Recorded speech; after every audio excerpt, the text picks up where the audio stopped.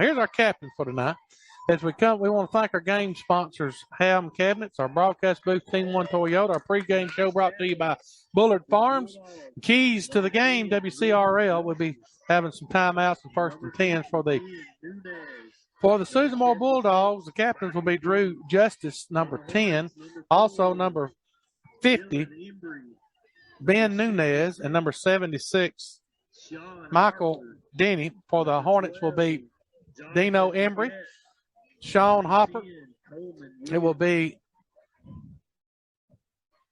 Burgett, Coleman Williamson, Angel Lopez, and we're going down to the side. Listen in. All right, gentlemen. I want both sides playing good sportsmanship tonight, okay? When y'all hear the whistle, stop and listen to the officials on the field.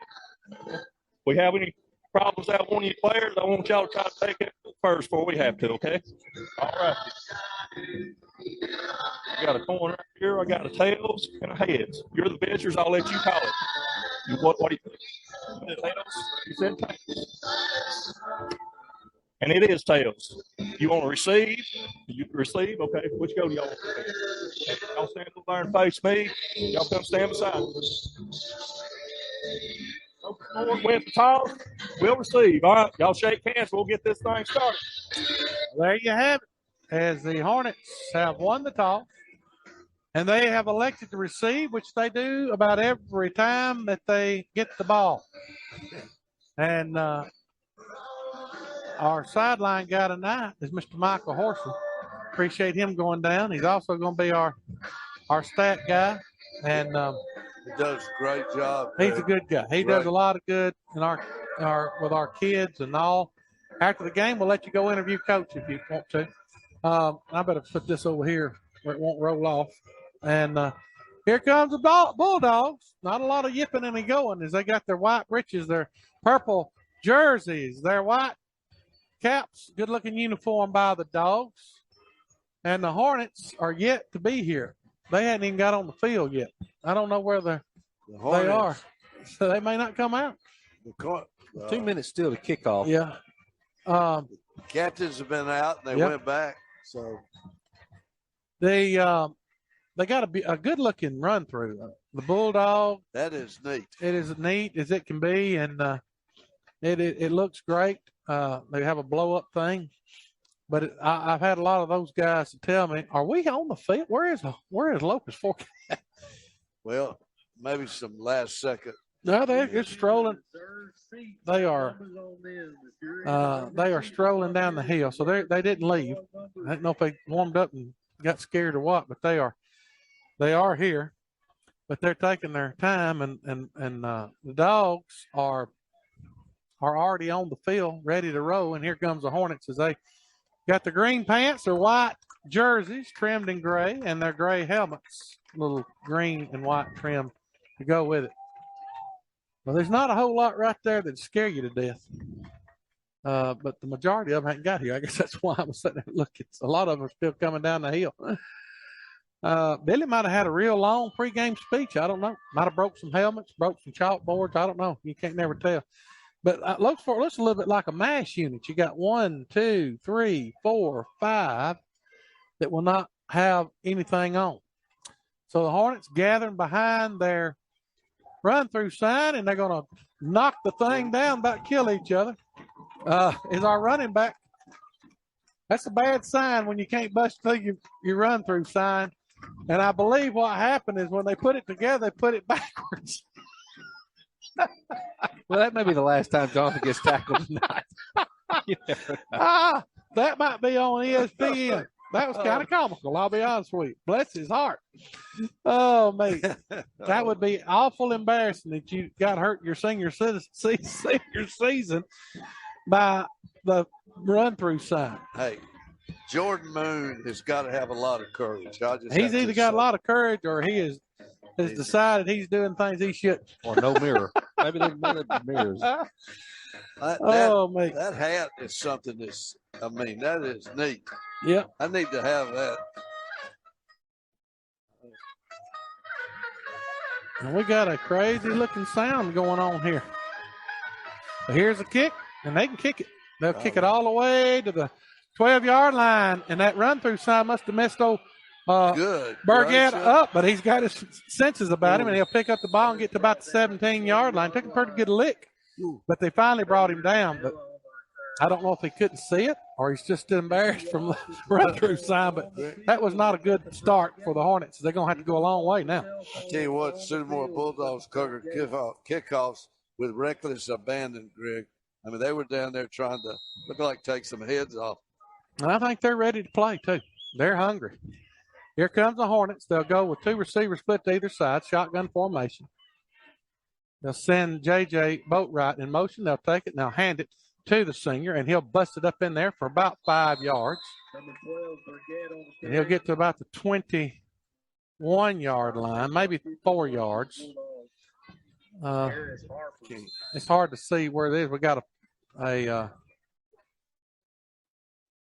we got something. I think we got Landon Keith with wristbands up on his biceps. Good. Jersey's not low enough. Looks like Coach Susan Moore kind of in a 3-4 wide shift with the outside linebacker, play side, wide side of the field. But again, J.B. Pennington kind of put one less in the box. Looks like Susan Moore's going to more play straight up defense. Looks like man on the corners outside. And Dublin probably J.J. a little bit. Split safeties, Jeffrey. Right now it's man over the board. Sure is. It's man everywhere. A second down for the Hornets. Quarterback's going to run it. He's got a little running room. He'll bust up across the 25 and get to about the 30, but I think we're going to have a penalty flag on the Hornets. I think they had the first down, but I believe they're going to bring it back. Illegal procedure. And I'm not sure. It might have been the one that had to come in the game.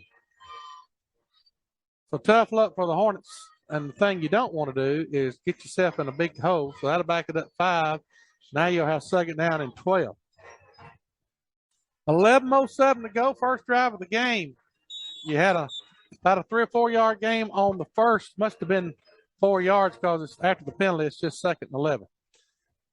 And now we got people running lots of places. And now they're going to make them take out number 1 because something he's got on.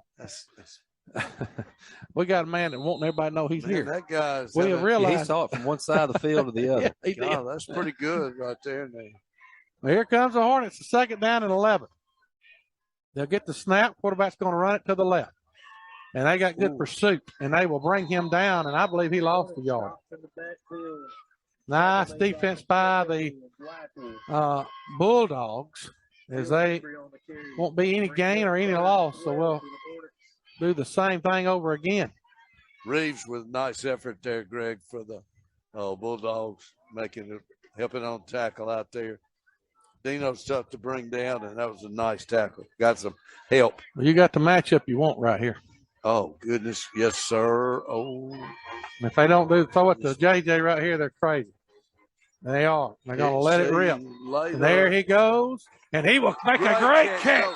And they're going to say he's down. But a great catch by J.J. Boatwright. And that's going to be a 1st and 10 in S&S Foods. 1st and 10 and a great pickup. And really just to go, Coach, and kind of a back shoulder throw. J.J. did a good job adjusting to the ball in the air. And, again, not a lot necessarily of imagination in that play, just taking advantage of a great matchup, as Greg pointed out. Kind of a bunch formation with 3 wideouts and a 4th wideout. They're going to pitch it to the running back. Nobody blocked nobody. Goodness. Great lick there by number 7 for the Dogs. I'm telling you, Angel Pacheco laid the lumber right there, and maybe a loss on the play. Angel came with fire, Greg, that time. We've seen him play a lot of sports for a lot of years.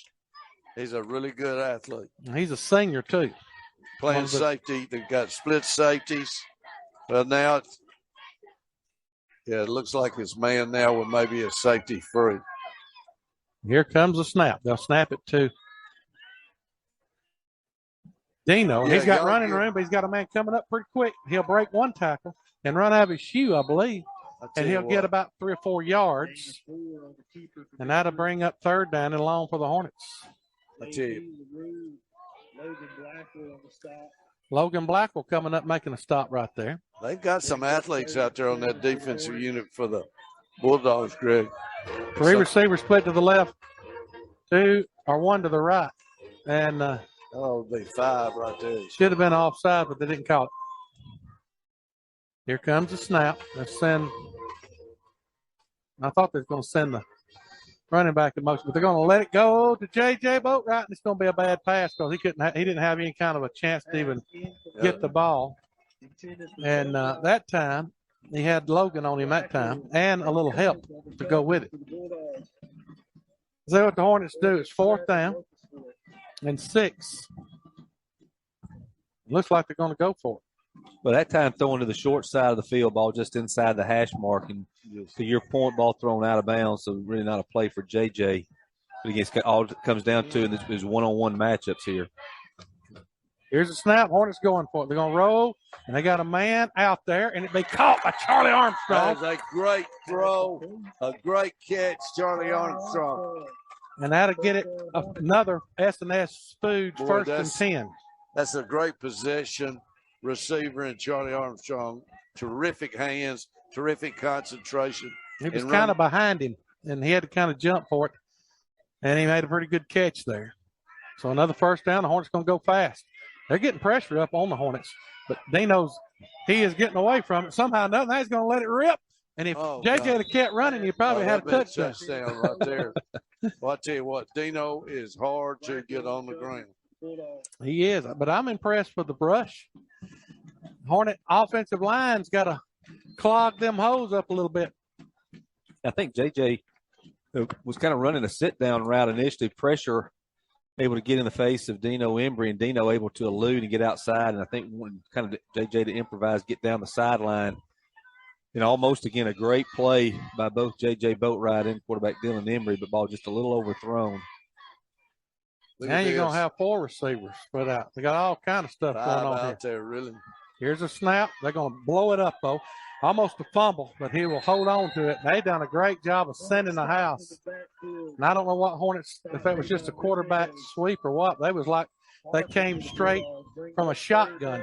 They ain't blocking nobody. Well, Susan will definitely winning the matchup in the box up front 3. And again, a lot of times bringing a linebacker. Looks like Coach most of the time backside coming with pressure. I tell you, A.J. Curtis is putting some heat on there. And here they come again. This time they're going to turn it up. He won't get his first down, and he'll be short by about 11. 4th down. So 4th down, I would imagine if they went for it a while ago, they'll definitely go through it here with the 4th down from the 37-yard line. But you got a little further to go. We're 4th and about 11. And again, Coach, looks like game plan so far is to bring pressure away from play side, almost kind of run backside, pursued, and having a lot of success getting pressure on Dylan Embry. Here we go, 4th down and 11. Here's the snap, and the Hornets move. So they'll back them up. And J.J. moved that time. They had them jump, but if J.J. had been still, you'd have had 5 yards right there. So a mental mistake by the Hornets. Now it's going to make it a little further. You got a long way to go here. I'm not sure I wouldn't punt and make them go the length of the field. It looks like they're going to go for it. 4th down from the Dog 42-yard line. They got it a while ago. They're 1 for 1 on 4th down so far. They're bringing some folks here. There's a high snap. He'll take it, and he'll throw it backwards, and it's out of bounds. And they'll just say it's incomplete. Yeah, and it will be first pass. down. It was going to be a double pass. Just not a very good pass that time. They brought kind of a little bit of max protection and put J.J. Boatwright tight end look. And he did a good job blocking there, but the ball was overthrown. And now it's play D. Looks for a killer ball for 5.5 minutes plus, Greg. He didn't get anything. He didn't get anything. And they're moving, and they got to call that. This guy right here is liking calling. But he was right. He had to call that. That guy was call. He was rocking like a rocking chair. It's number 18 for the Dogs. Jumping a little bit that time. That's J.P. LaRue. And he has they go to LaRue a lot. Here we go. Shotgun formation. Cook from the shotgun. You'll take it. And the Hornets getting a lot of pressure, and they will have a fumble. And they're going to get up. They're going to say it was incomplete. What, too? I believe they knocked it out of his hands. That was good pressure by the Hornets, so. So that will bring up second down and 15. The Hornets can get that kind of pressure. Well, the question will be, too, is okay, say he got it away. I'd be curious to know who he was throwing it to. Yeah. I don't know how that's not intentional grounding at best. They are going to back it up. Well, they got to back it up to where the where the good gracious. So they got the call right as far as putting the ball where it's supposed to go. Here comes the Dogs. They'll go from the shotgun. 3 receivers to the left, 1 to the right. Snap. They'll turn. They'll flip it out to a wide open running back, and he's going to make a man miss, and another man miss, and he's down the sideline. And he will get all the way inside the 30, and what should have been a loss on the play will turn into a huge pickup for the Dogs as they completed it out to Zach Reeves, and he made 2 or 3 people miss, and a Hornet missed about 2 tackles there, and a S&S 1st and 10. Yeah, really just a play to kind of get the quarterback in the flow of the game, Coach. Hit the back out of the backfield, and again, we had a corner and a safety both whiff, and then down the sidelines he went. Here's a snap. They'll fake it to the running back. Pressure coming. They'll let it rip. He's wide open, and he'll make the catch. No, he hit the ground. Excellent call. Well, we got a penalty. It was going to come back anyway. It's either holding or illegal procedure. Excellent. Illegal procedure. Excellent call by I don't know what judge that is. Back judge. No, it's our man right here. He has made every call on the other side. I'm talking about for an incomplete pass down the 7-yard line. Well, it wouldn't have mattered anyway. Hit the ground anyway, but I'm glad he was on top of it. Good call. And somebody got lost, and I'm not sure whose man it was. And if we're playing like it, you didn't have anybody back, this time they're going to hand it to Reeves, and he will be brought down immediately. Maybe got back to the line of scrimmage. Lopez, nice job. Angel Lopez making the play, so that'll bring up second down for the Dogs. Lopez and Brazil are doing a really good job, Greg, at linebacker for the Hornets' last couple of games here. Here's a snap. They get all kind of pressure. They're going to complete it out to number 3, and he'll make a man miss and pick up a couple of yards, and that'll bring up third down and about 12 for the Bulldogs. Good defense by the Hornets. A little inside screen, kind of a tunnel screen. Again, good job, backside pursuit, able to get in and make prevent him to get to the lineman coach to get into that tunnel. Just a short game, brings up third and about 11. And I don't know why they made Lopez come out. I don't know what the issues are. I ain't never seen anything. They're making a lot of people. What's that guy doing? It's like a fashion show. Well, there's a snap. Here comes the pressure. And they'll make him. He'll just throw it. And that's linemen. That is not receivers. That is linemen, not receivers. It should have been in my opinion, it should have been intentional grounding. Who is they? And they will. They get it. They get it right. So that'd be intentional grounding. So that will be a huge loss. Should be. Loss of down. He was back at the 45-yard line.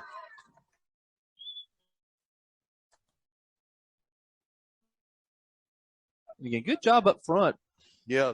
Locust Fork able to get pressure. Both teams able to get pressure, kind of live in the backfield. But it is one of those, if you can get the ball past the line of scrimmage, Coach, there's a lot of green on the backside. I thought he was more here at the 40. I don't know if that's just a penalty or if it's from where he throws it. I don't know. But it'd be fourth down nonetheless. Here comes the Dogs. They're going to kick. I think they're going for it. Oh, yeah, I thought they. Well, they're at the 34. I think I'd go for it, too. All you got to lose. You get a big play. You get something good right here. Here comes the pressure again. And he's running for his life, and he will throw it, and it'll almost be intercepted. And it will be incomplete. Great defense by the Hornets, and it'll be 1st and 10 for the Hornets. So both teams had a big play or two. Well, they had one big play. Locust Fork had 2 big plays, and both teams end up turning it over on down. So there you go. So 1st and 10 for the Hornets. Barbara Bradford's listening to Sylacauga. She's a former Bulldog, but she's pulling for the Hornets. And Hattie's listening, so a bunch of people listening. 1st and 10 for the Hornets. See what adjustments the Hornets make after watching the defense. Now but that's a pretty good matchup for both people. Here comes the Dino, and he'll get one block, and he'll turn and go inside the 50, keeps running, and goes to the 44, keeps running and diving, and what effort by Good gracious of America. God, that's beautiful, Greg. 25-yard pickup. He had good seal block, but he just kept juking and jiving and got all the way to the 42-yard line. A tremendous block out here on the right side, Greg, by J.J. Boatwright. Great effort, great teamwork, and great energy from Dino. And the Hornets will go back the other side with Dino. He's got some running room and a little lookout block throw by Charlie, but he'll get his first down, I believe, again, as he'll go all the way to about the 29-yard line. So back-to-back S&S Foods 1st and 10 with 4 minutes to go, and the Hornets are rolling. Yeah, really just rolled formation, Coach. Ran the same play, opposite side of the field. And, again, good job blocking perimeter. J.J. first play, Charlie the second. And, again, Dino able to get kind of on the corner and, again, get the ball upfield. Two great plays to open up the drive. Really good blocks on the perimeter by Armstrong and Boatwright. Really assisting their quarterback. You're going to throw it this time. Oh, got a man You're going to let him top. play. Got double coverage, and you're going to throw it right to him. We're lucky right there. They're going to call. I'm telling you, I am shocked that they called pass interference. I didn't think they interfered. Did you? No. I'm a Hornet fan. I'm for the green. And that was kind of disguised. Yeah, Susan Moore did a really good job, to your point, of disguising the safety help over the top. He bailed pretty early. And, again, the only interference that I saw was he interfered with our ability to catch the ball by almost catching it himself. Yeah. He should have intercepted that. I thought that was going to be an interception. Yeah, that's a break for the Hornets. No doubt about it. So and unfortunate for the Bulldogs. So 1st and 10, the ball at the 14. Here's a snap. And they almost threw them off sides. Now they'll look back. They play a long way from the ball, though, when they line up. They're not right up on the ball, so they got a little room not to jump off sides. They'll send the backup next to the quarterback. Now hand it to him. He'll cut up in there. He had a hole. And he'll break the tackle. He'll keep running. He'll go inside the 10 down to about the 8-yard line. Nice pickup. And that'll bring up second and about 6 yards on 1st down. So good pickup there.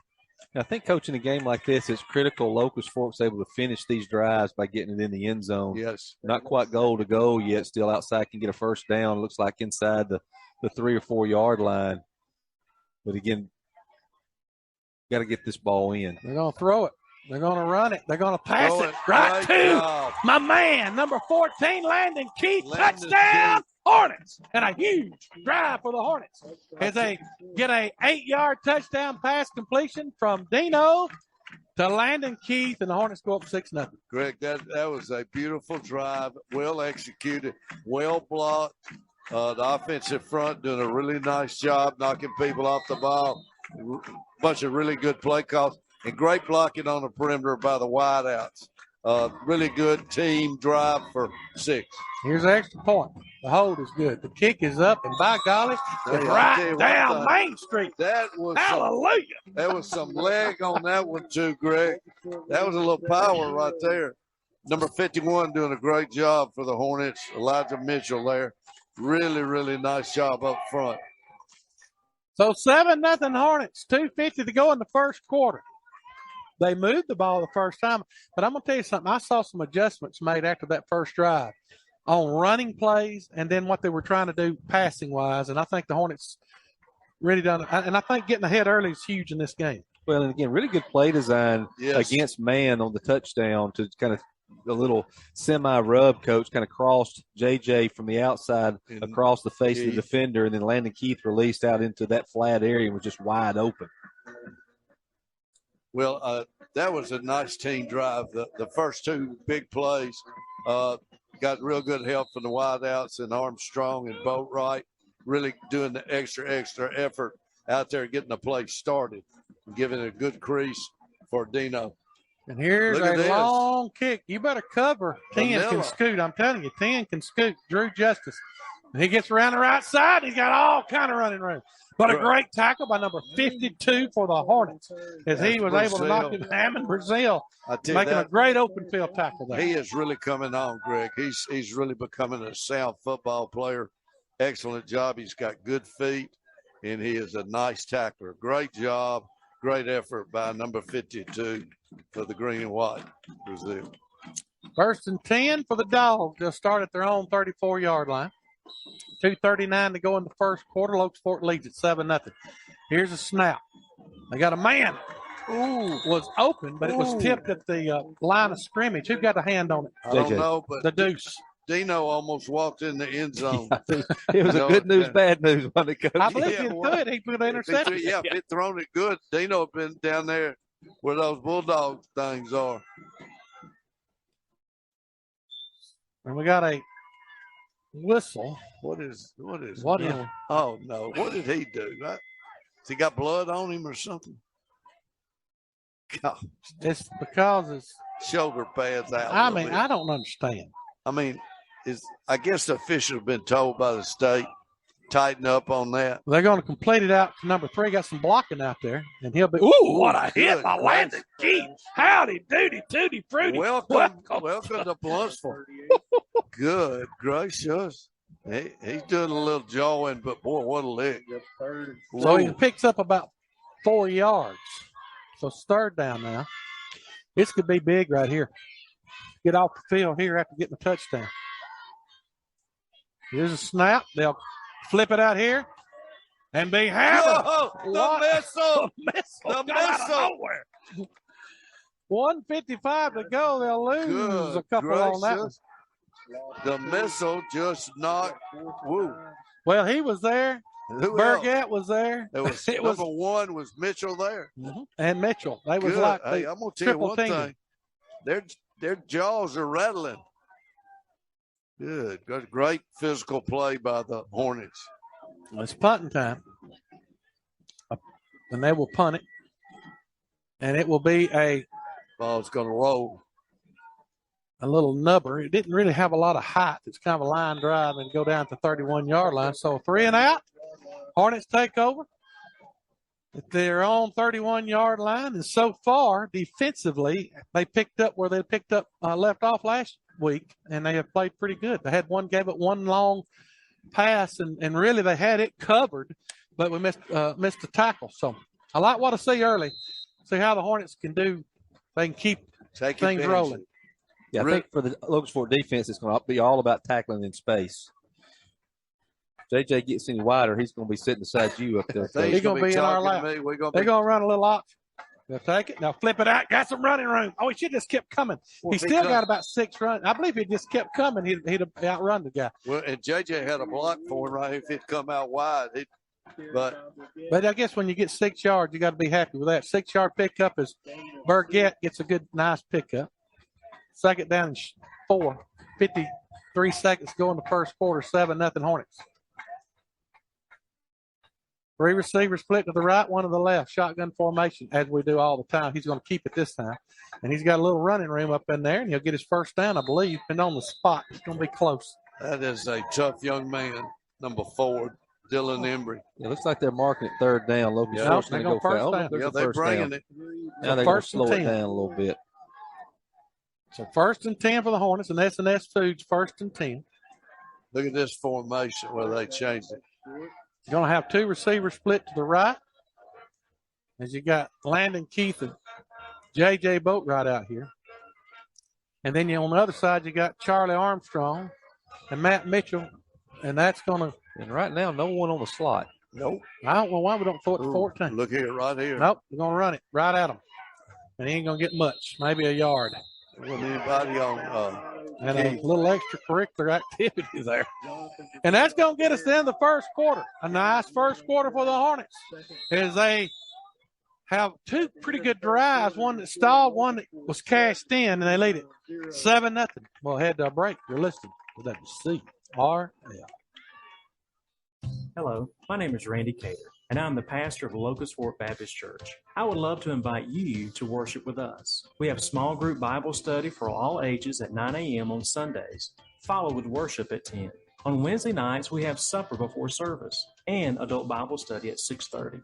If there's one thing I'm proud of, it is the love our church has for children and students. Over the past 15 years, I have watched our church invest so much into the lives of young people. I am also a product of that investment. In a world struggling for truth, it is vital we put ourselves in the best position to hear real truth. I want to encourage you and challenge you to walk with the Lord, but don't walk alone. Walk with us. Locust Fork Baptist Church.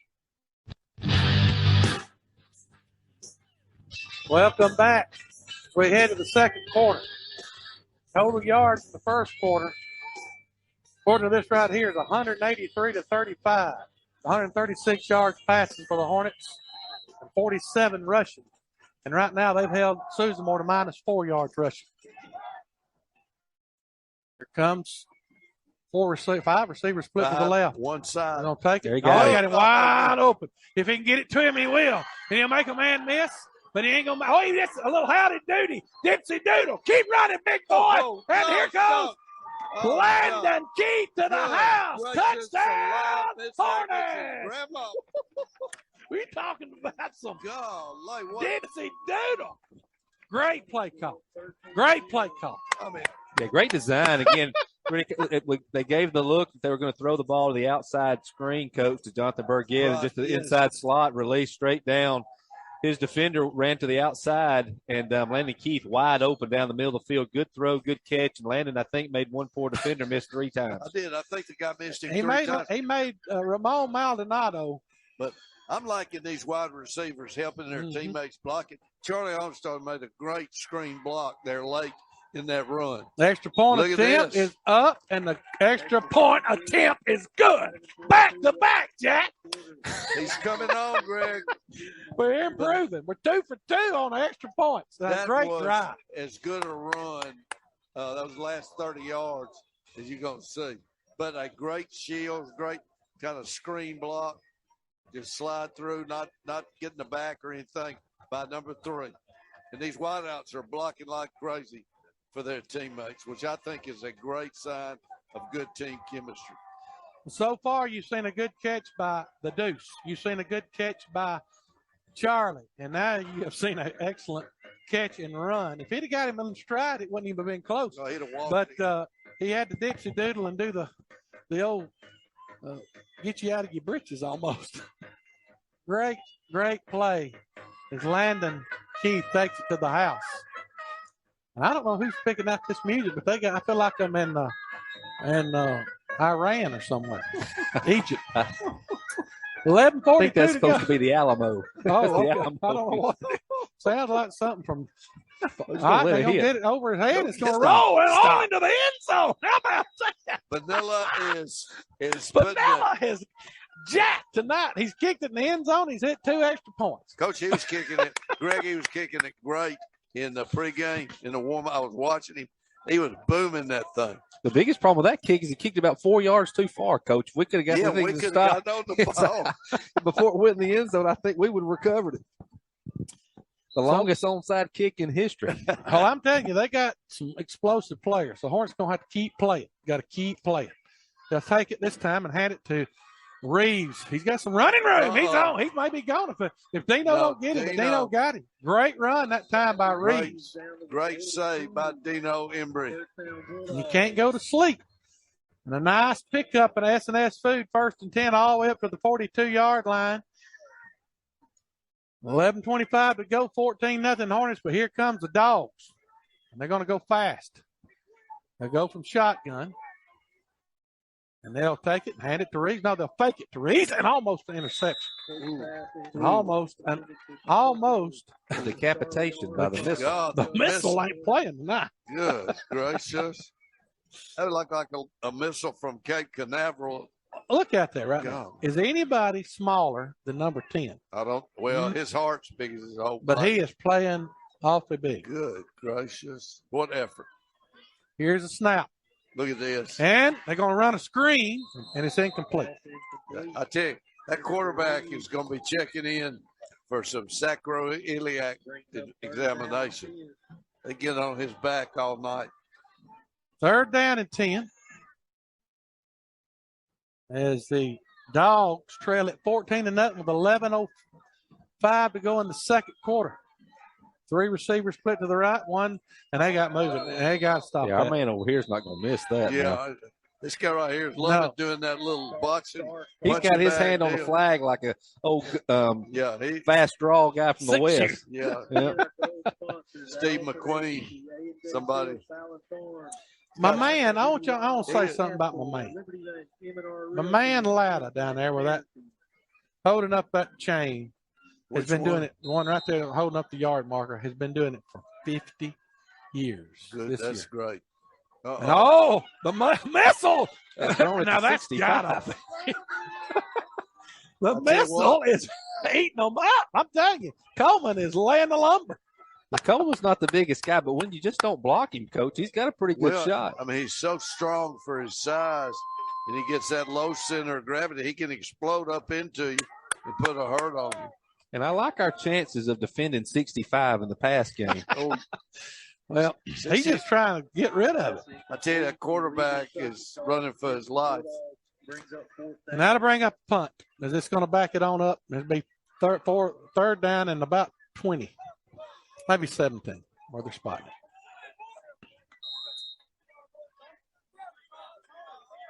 You just cannot give up a fake here. You got to pay attention.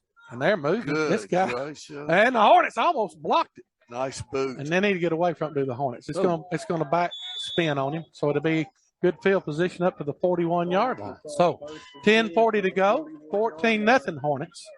And a chance to add to that. So far, other than the first drive that stalled, Hornets have they've given up 2 plays really on defense. They gave up a long run after a catch and a long run, and both of them by the Reeves guy. And this time, 3 receivers split to the left, 1 to the right. Mismatch over on the right side. And you're going to look. Now they're going to let it go. Big JJ. A little bit too far. A little bit nice coverage out there by Blackwell. Really nice coverage. Well, I'm going to tell you something. Blackwell can guard JJ better than anybody on that field. He's an athlete. Can you imagine if he's at Lopes Fork? He grew up in Lopes Fork. Well, but now he's up here. I'll tell you what. Good kid, though. They sure have a good one in Blackwell. Well, and, we just love all these Susan Moore folks. They're great people up here. Some of my best buddies up here. Nice. And now the Hornets going to. Oops. I've been bragging on. Ammon got a little jump. He tried to go a little fast that time. He got a little bit ahead of himself, but, hey, he's improving. No, there ain't no doubt. Really, he's a sophomore, and he's really – I like his defensive effort. They've got him playing inside. Well, listen here. Really nice job. You got a 9th grader, a sophomore, a junior, senior, and a sophomore on the line. Good gracious. There's a snap. There's one to Charlie. He'll catch it. He'll get on up in there. Hang on to it, big boy, and he does. Charlie, that's 2 nice reception, possession-type receptions for number 3, and he's getting better. When they release in their corner just pre-snap, Coach, going into a back pedal, and he did a good job that time. Again, just taking the easy throw and catch, about an 8-yard kind of a easy slant, and again, good throw, again, good catch, nice possession. See, they're so far off the ball, they're not going to jump off that. They have to be That's true. I mean, look how far they are off the ball. You ought to be able to run it, it looks like. Well, you can run it for about a yard to get to them if you can get anybody to block. If we hadn't had we'll have to get a timeout here, I think. I think he's wanting to.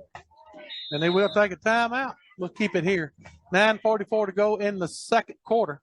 14-0 Hornets. And if you don't have the offside penalty, you got a first down. Let's look at the stats a little bit. Lopes Fork's starting to really mount up a few yards with 9:44 to go in the first half. Lopes Fork's already got 251 yards to 62. And those 62 have basically come on 2 plays. Hornets got 204 yards passing and 47 yards rushing. And receiving, the leading receiver right now is Landon Keith. 2 receptions for 149 yards. J.J. Boatwright, 1 reception, 32 yards, and Charlie Armstrong, 2 receptions for 23 yards. So a big 3rd down and 5 coming for the Hornets. They'll do that little bunch formation here. See what we run here. We got everybody on the left side. Might be trying to draw them off sides. They'll take it and they're going to run it. He will not have much, but he makes a man miss and he gets the first down. He's about murder on the good gracious. There's a penalty flag over here. Well, I think Our man's not going to miss an opportunity. They're going to call it on Locust for it.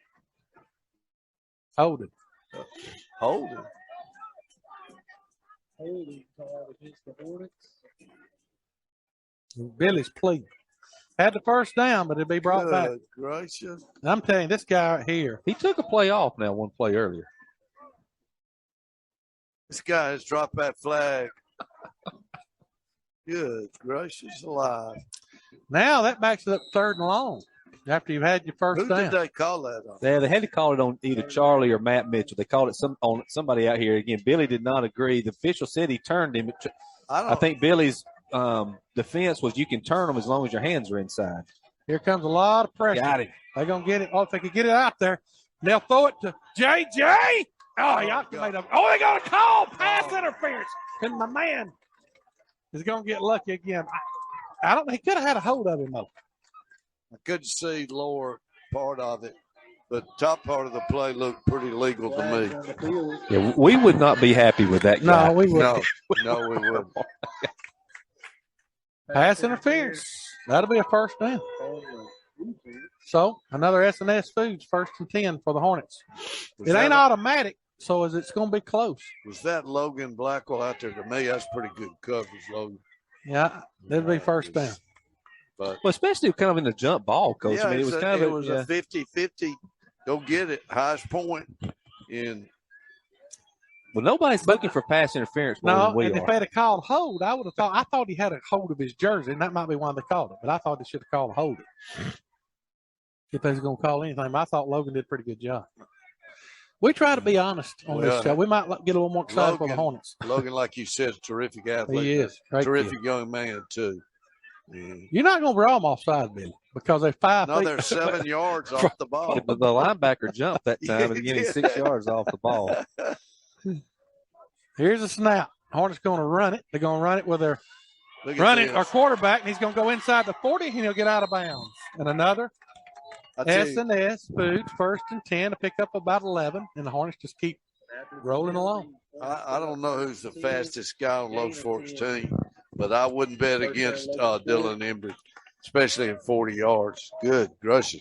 His first step. Probably the top 4 are J.J., Dylan, and Burgett, and Matt Mitchell. Okay. Where Dylan's really quick side to side. Landon Key. Yeah. Hornets going to throw it again. Oh, look at this. A little give and go to Charlie. Charlie. Can he get to it? Nope. Nope. Kind of on the outside edge. He had his man beat, but a little too far to the left. They're running. That was a good route. Very nice route. Ball just a little bit overthrown. So 2nd down for the Hornets. 8:28 to go. Hornets lead at 14-0. Jeffrey, the Hornets got some weapons. It's a skill position. Well, you have to defend the whole field, Coach. Yep. Lordy mercy. Look at that. If your jersey is not perfect, I mean, this is kind of like Catholic school, Coach. I mean, if your shirt isn't in perfect condition, they're gonna put you in timeout. This is Marine Corps basic training here or something here. I mean, they're grabbing people with Coach Billy Adams is not happy. No, he's not. I mean, he's like a fashion coordinator, I guess, now. Oh, Lord. Jailbreak. Oh, a fumble. And the Dogs got it. And the one that got through there looked like it could have been anybody. But a terrible fumble for the Hornets and giving the Dogs good field position at about middle field after they were really driving the ball. And I think one of the ones who got to the quarterback was the one who had to be replaced. Yes, one of your best linemen had to come out. You had Here comes the Dogs. Got a chance to get this thing within one score. They'll get it. They'll fake it. They'll throw it, and it's incomplete. Intended for a pretty good player, number 4, Blackwell. Logan Blackwell. He'd be a good one to get the ball in his hands. I watched the games. To me, they need to get it to Dylan more. I think Dylan's got athletic ability. Here comes the Dogs. They're moving, or somebody Man, is. there's some chaos right there. I'm saying Logan Sports got too many. I don't know who we brought in or took out. They got about 11 out there. 1, 2, 3, 4, 5, 6, 7, 8, 9, 10, 11. Yeah, we got 2 coming out. Yeah, see, yeah, it was 12 with 12 men on the field. I'll do it. 1, 2, 3, 4, 5, 6, 7, 8, 9, 10. Yeah, I had 1 too many. Another mistake for the Hornets. A fumble and now a penalty. There comes a handoff. Nobody over here. But they recover in a hurry, but I think they're going to get the first down because they only had to get 5 yards. So 1st and 10 for the Dogs. I tell you what, my man Zach Reeves is having a good game. Sure is. Greg, this is no time to kind of get complacent or relax or lose focus. No. Need to keep playing like you're behind now. There's a snap. He'll swing it out. Oh, he was bearing down. Oh, no. Oh, my goodness. Goodness gracious. Miss Agnes. They're going to call a late hit, and that wasn't a late hit. He didn't hardly even hit him. He just brushed him, and that wouldn't hurt a butterfly. He couldn't tell if he caught it or didn't catch it. Personal foul against the Hornets. Personal foul called against the Hornets. Goodness gracious. That's not good. No, I didn't think he did that. Did I y'all? don't think he did anything again. I don't want. I don't know. Well, here's one thing: they're consistent. Yeah, everything. That was, I mean, your shirt, your jersey has to be perfect, and you better not touch anybody. No. but we're not going. I'm not going to be getting on officials. But They're going to hand it this time to Reeves, and he'll bounce outside. And a good run by Reeves, and he'll pick up about 3 yards. Knocked out of bounds by number 30, Angel Lopez. That's 18. Coach will not get on the officials. He knows Greg and I will enough for all 3 that's of us. it. That's why I'm not going to get on them. Y'all take care of me on that. I don't want to be like some, announcers or semi-analysts. No, we don't try to get on them much unless they're wrong. I just didn't And they've see been it. wrong a few times tonight. Hey, tonight it's just Like I say, I mean, it's not really. And we've called them on both. They're going to hand it up to Reeves again. And old JJ's going to collar him up after a game of about 2. nice physical play. Third down and about 5 coming. Big third down here. You need to. Uh-oh. I'm seeing my man over here with a big ice pack on his knee. Could be huge for the Hornets to lose a lineman. 3rd and 5. Ball's about to 15. Here's a snap. Hornets they're gonna run a screen to Logan. Logan's got some running room. He's got a great block, and he'll be in the end zone. Logan Blackwell. That's quick screen and a great cut inside, back diagonal out. Logan Blackwell, much good athlete, great run. And that turnover comes back to haunt the Hornets. They were knocking on the door to score again, and they got a turnover. And just like that, it's 14-6, 6:54 to go. Here's the extra point. They have a pretty good kicker. Don't miss many kicks. Here's a snap. It's a little low, but it's right down Main Street. 6:54 to go, 14-7. A nice answer by the Dogs. They drive it 48 yards. Long drive, about 3 plays. The Hornets helped them. Big 15-yard penalty. It would have been 4th down if you remember, because the pass was incomplete and the first down gave it to them on 3rd down. So the penalty and the turnover, and nice execution. And the Dogs cut it just about the time you start to breathe a little easy. Nothing is easy. Got to play. You got to play every down. You Gotta can't be take awake. anything off. Can't turn the ball over. No. Value the ball. Just got to get down. When you ain't got nowhere to go with it, just get down. Here comes the Dogs. Gonna kick it off. Back for the Hornets will be Burgett and Landon Keith. There's two back there that can bring it back all the way, Greg. Yep. 6:54 to go in the half. Hornets up 14-0, driving, and they turn it over. And an answer by the Dogs. They'll kick it to Burgett. He'll get it at the 15. He don't have much blocking, but he's going to make something. Oh, he run over two guys and gets all the way to the 35-yard line. Great kickoff return, Greg, with some physicality from Burgett. Refusing to go down easy. 6:43 to go. Hornets need a good drive right here.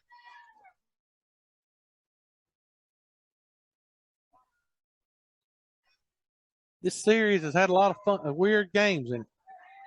But one thing you can't do no matter what game it is turn the ball over.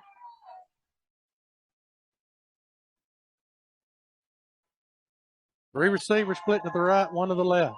They'll snap it. Nope. Now they'll run it, and he'll make a man miss, and he'll run over a guy. Now you're going to have a.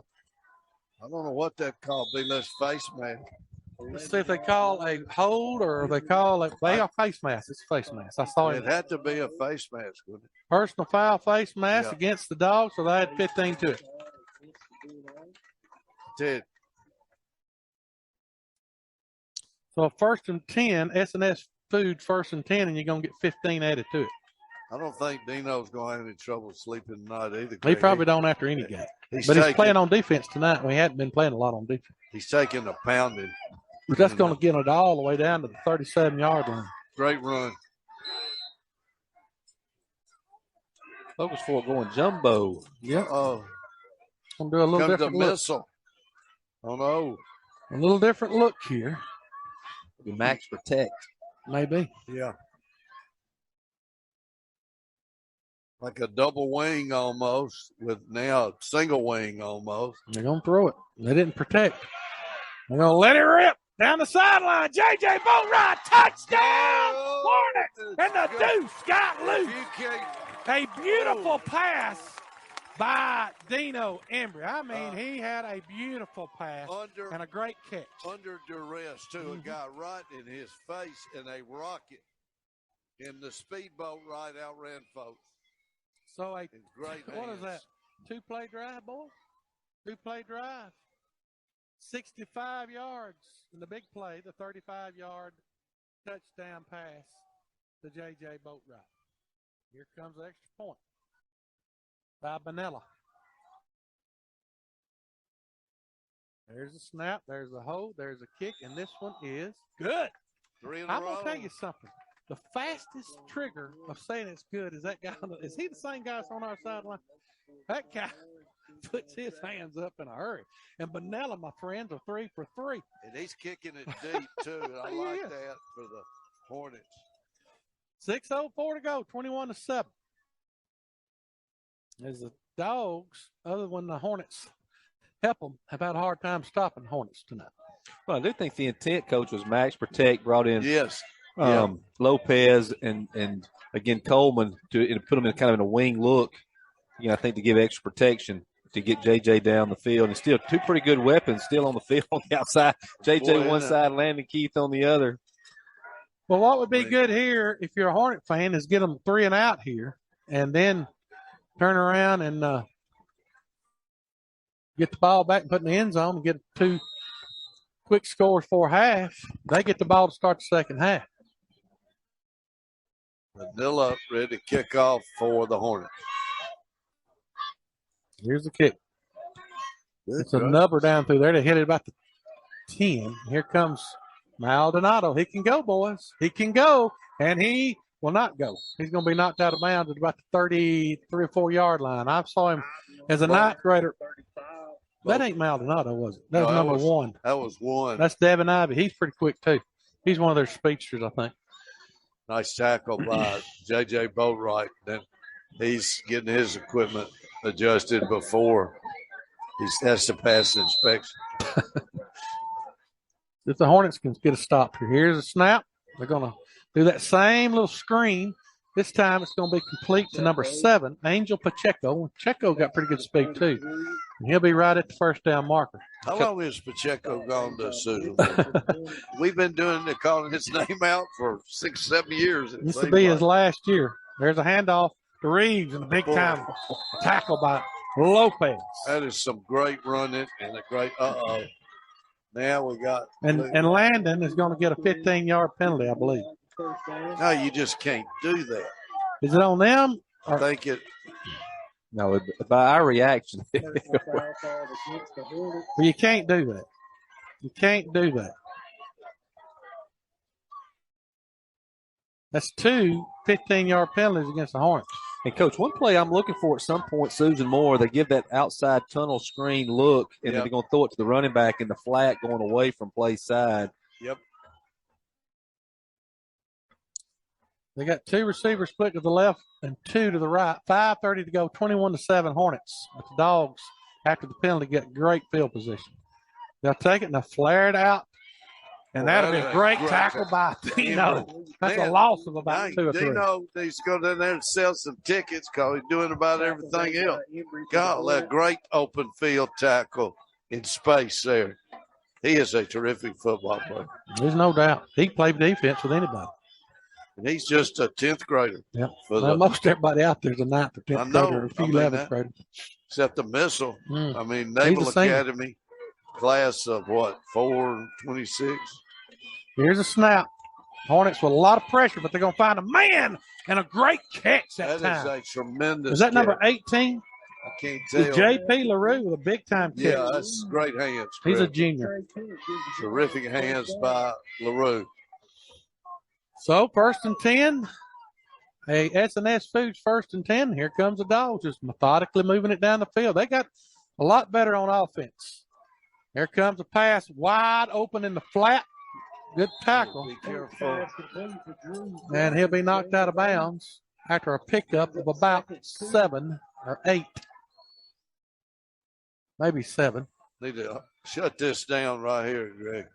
Well, they got they spread you out. They do a lot of things. As long as that quarterback's got time, he does some good things.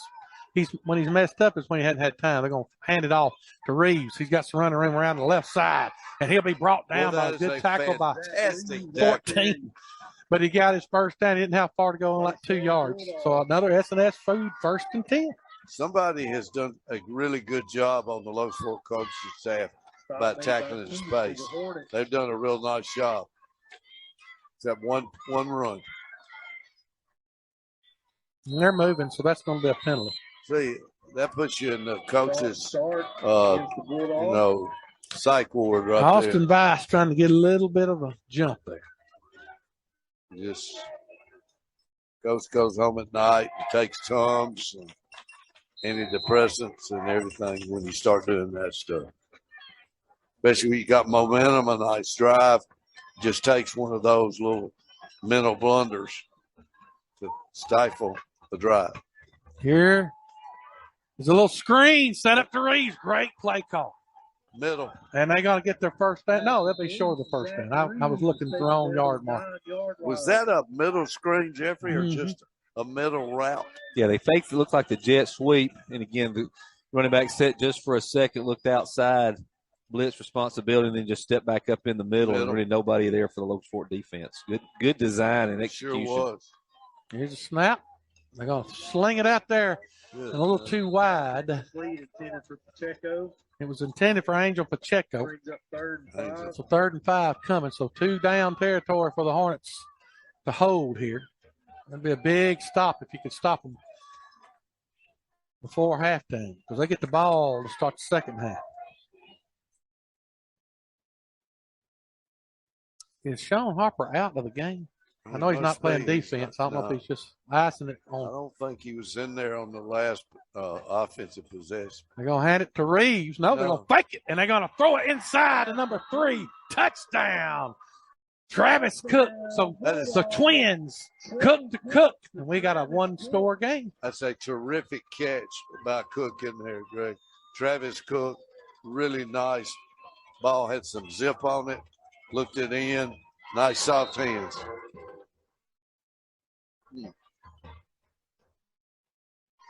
Well, nice drive by the Dogs. Hornets helping them again with penalties. And an extra point attempt is up and good. Right down the middle. 3:06 left in the Penalties. Bulldogs pulled in 7. Mental arrows hurt them. Hoover and Mountain Brook 7-7. Priceville leads Scottsboro. Our goal sponsors. Adiana leads 26-7. Pennington at the half 6-0 over Cleveland. What a ball game. Hayden leads Asheville 7-0. They played Asheville, not Jasper. And the Hornets come back with a score here. Looks like both these teams' offenses are cooking with Crisco, but the defense is struggling a little bit right now. Well, and I'm getting a little chilly. Yeah, I'm glad I brought this hoodie. Jeffrey over there with the shorts on, but does have his long shirt on.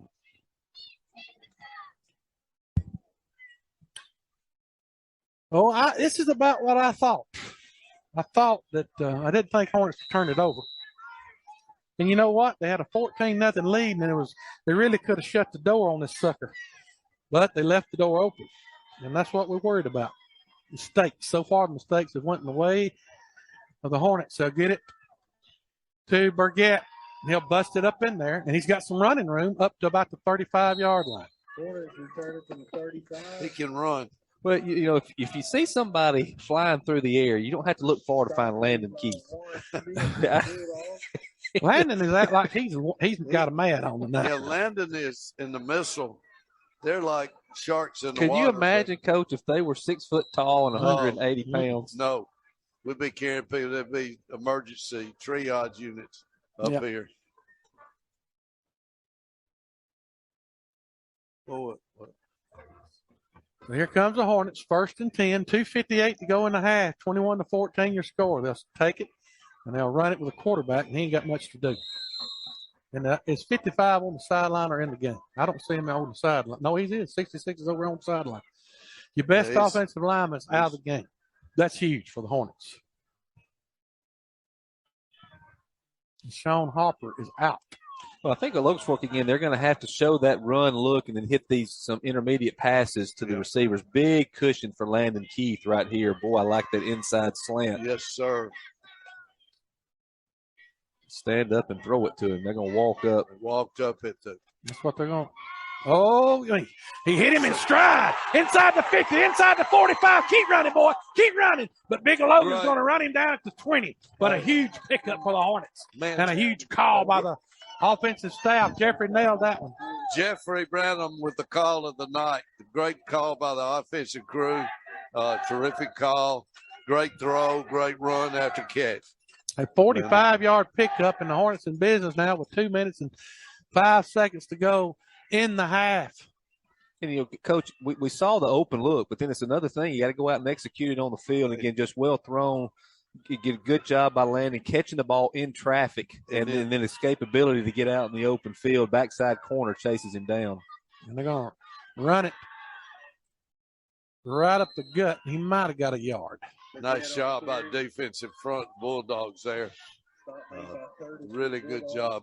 Man, right now you got, if I'm looking out there, you got 56 for the Hornets.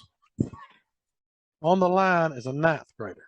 52's a sophomore. 52's a sophomore. 55's a 9th grader. You got 2 9th graders, 2 sophomores, and a junior on the offensive line.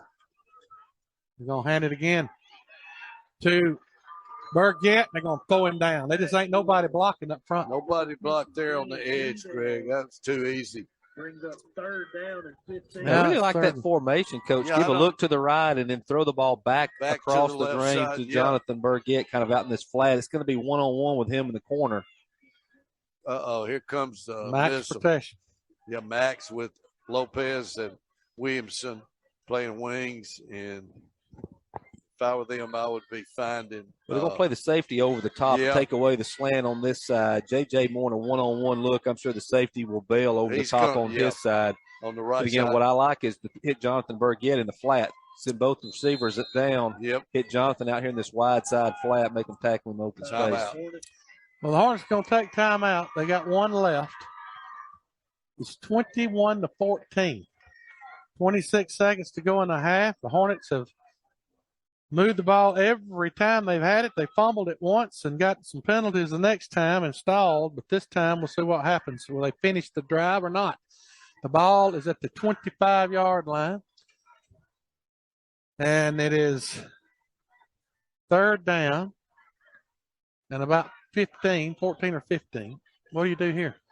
Well, like I say, I think based on formation that we just saw defensively, I'm going to spread them out again, run JJ and Landon Keith off, and try to hit Jonathan Burgett out here in the open space to the wide side of the field. We're gonna get an update, I think, right here. Let's see. I just saw my man Rodney. Is he trying to get in? Yeah, he's trying to get in. Let's see if we can get him in. Let's see. Third down and 15 Hornets. So third down for the Hornets. And then we're going to get Rodney. Give us an update on the Cleveland game. It's just a tie. 6-0, I think, at the half. Here comes the Hornets. Big play in this game. They're going to look. They're going to let it rip, and they're going to try to get it. And he almost had it. If there ever should have been an interference, it probably should have been right then, don't you think? Yeah, there was about 4 or 5. But he had a chance to catch it, too. He had a chance, and it was a well-thrown ball. 4th down, 15. And timeout by the Dogs. You got one timeout left for the Hornets. You got 19 seconds. Timeout on the field. 19 and half. Logan scored 21. Susan Moore 14. It's 21-14. Hornets on the drive. They've driven it all night, but the turning point to keep the Dogs in the game was when you had the turnover. Yeah, big loss on the play and the turnover. Mm-hmm. And in this drive, you had the big loss on second down, put them in 3rd and long after a nice throw and catch to Landon Keith. And again, Coach, I like the shots. Obviously, too far for a field goal here, but I'm going to take another shot. I don't know. We've probably gotten all the pass interference calls we're going to get for the night. Yep. Maybe too much to ask to get the ball out in the flat. 4th and this long. Third and long, you could have gotten half of it and then been kind of had a more manageable 4th down. Yeah. But I think you got to take a shot to the wide side of the field. If it's me, Coach, just give you more grass to play with. I'm going to line up JJ out here. I'm going to put somebody on the slot inside and run straight at the safety, number 7, and then try to release JJ back behind them. Yeah, that's when I'm thinking some type of combination there. They're back on the back to their safeties on the 1. They got like a prevent type defense. Yeah, we'll see what they come up with. We got timeout left. Timeout, yeah. We'll call timeout. That's the final timeout.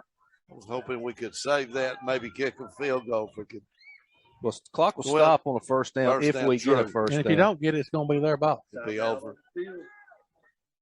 Again, big play in the game. Again, Locust Fork with a 1-touchdown lead. Susan Moore getting the ball after halftime. So they'll come out and had a lot of success offensively in the second quarter. Well, Susan Moore, one thing that I think they are doing, their offense has finally figured it out. Watching them from the first of the year to now, they've gotten a lot better. They had a coach that came in way late. We're talking about barely before the first day you're eligible to practice. And it took them a while to get going offensively. They played some pretty good defense at times, but they just wasn't able to do much offensive. But of late, they have really had some rhythm. And they've got some weapons themselves.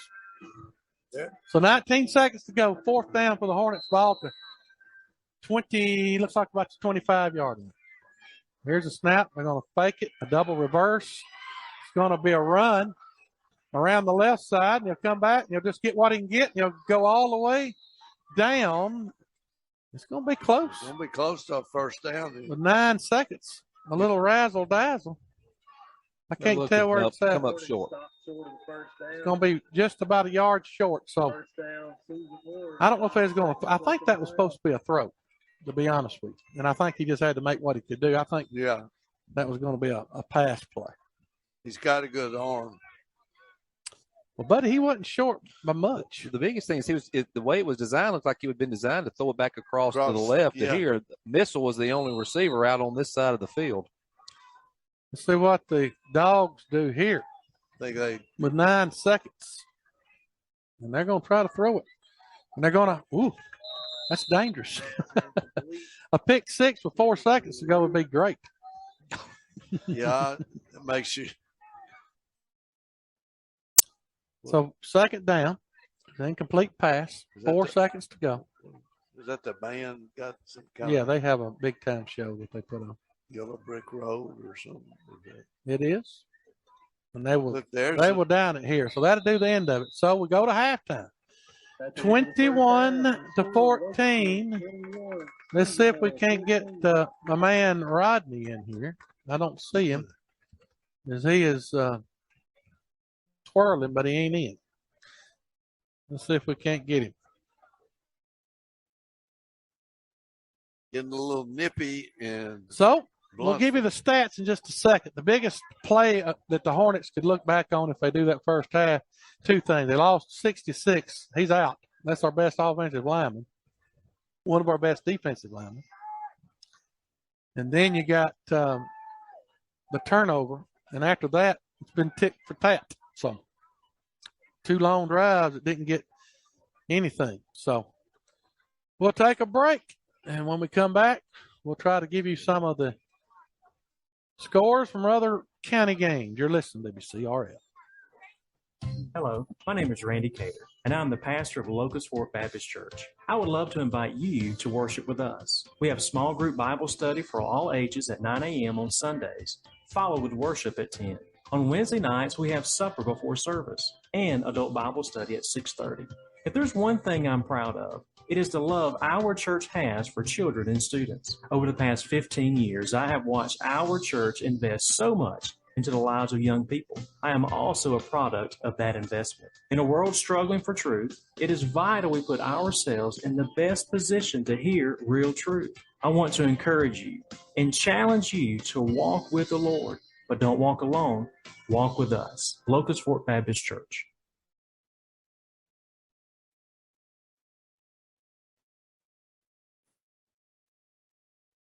Team Nancy and Shannon are 2 full-time realtors whose job it is to ensure that your home sells for the most money in the shortest amount of time. They'll work tirelessly for their buyers to make sure they find a perfect home for the best price. It's 30 years of combined experience that sets them apart. They have a solution for any issue that may pop up. So let Nancy and Shannon work full-time for you. This is their career and their passion. 205-353-8054 or 205-790-0024 are the numbers to call. Or you can find them on Facebook at Team Nancy and Shannon. Nancy and Shannon, Sweet Home Life Realty.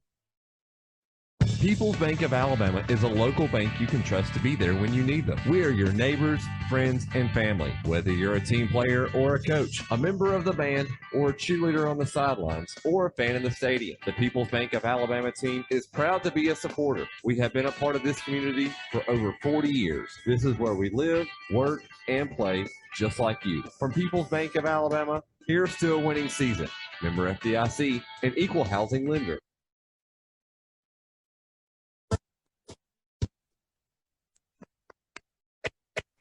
The city of Aniana and Blount County are so incredibly fortunate to have 2 groups prioritizing local education, and we want to invite you to help. Every single child in this county is supported by Offer and BCEF. Through a focus on technology and promotion of academic excellence, these organizations have put millions back into our local education. If you would like to learn more on how you can be a part of these organizations, please visit them on Facebook. The Blount County Education Foundation and the Aniana Foundation for Educational Resources.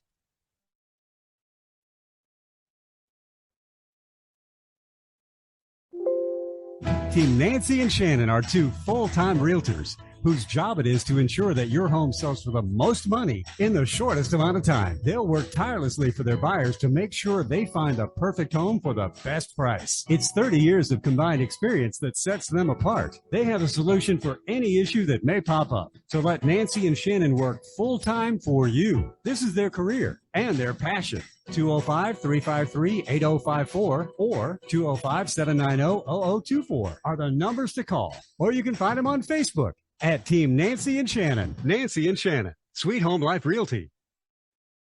In sports, every point counts. And in Alpha Insurance, we know that in this budget, every dollar counts. That's why we Hey, Greg. the lowest rates and best discounts available. Plus, every Alpha policy comes with personal service from our hometown team. Call Alpha to start saving today. And Sneed, call Alpha agent Renee Hamby at 205-466-3195 or stop by our office at 87549 U.S. Highway 278.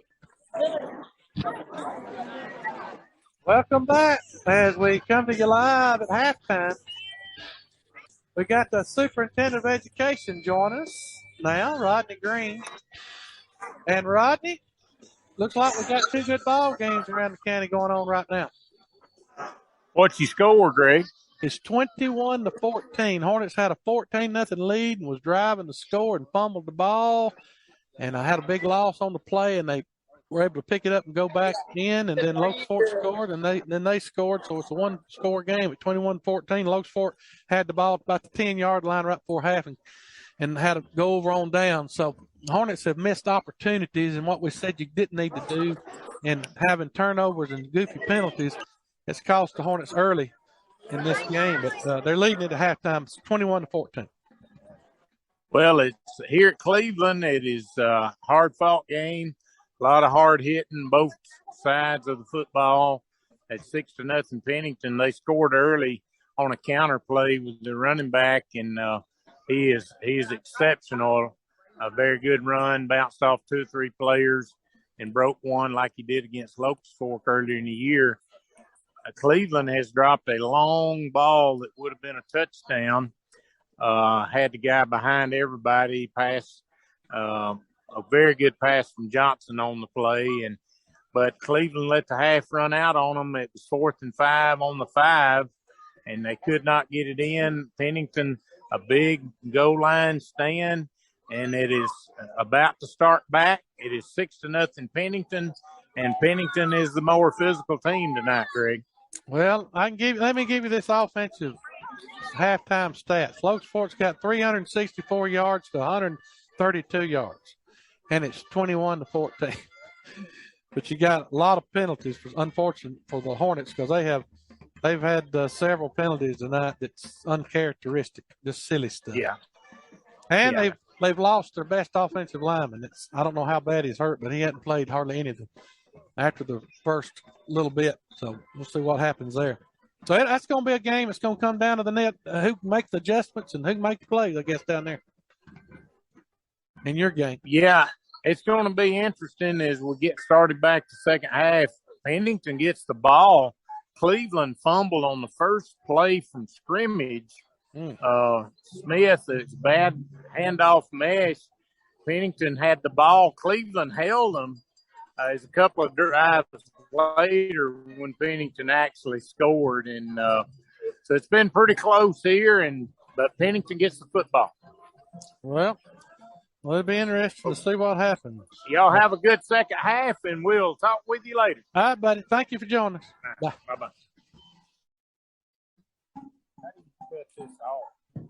Well, you heard Rodney Green as he gave you an update on the game down at Cleveland. And right now it's the Locust Fork marching band Emerald Knight performing. They got a huge first competition tomorrow down at Pinson Valley. So if you can get down there, they play at 10:20, I believe it is, at Pinson Valley. That's just right down the road from the Fork. So if you can get down there and watch, that'd be a great thing to do. And if you can't, you can at least wish them good luck.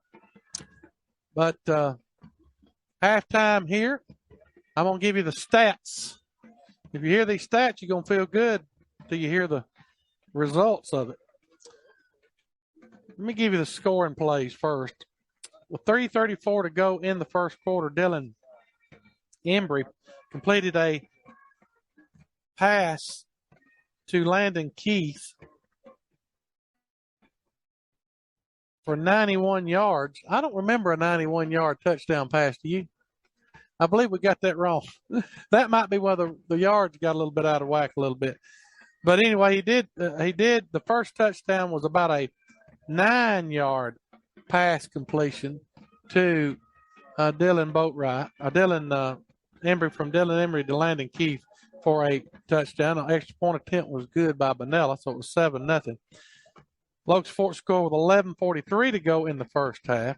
It was a pass completion to Landon Keith for 58 yards. That is right. The kick was extra point was good.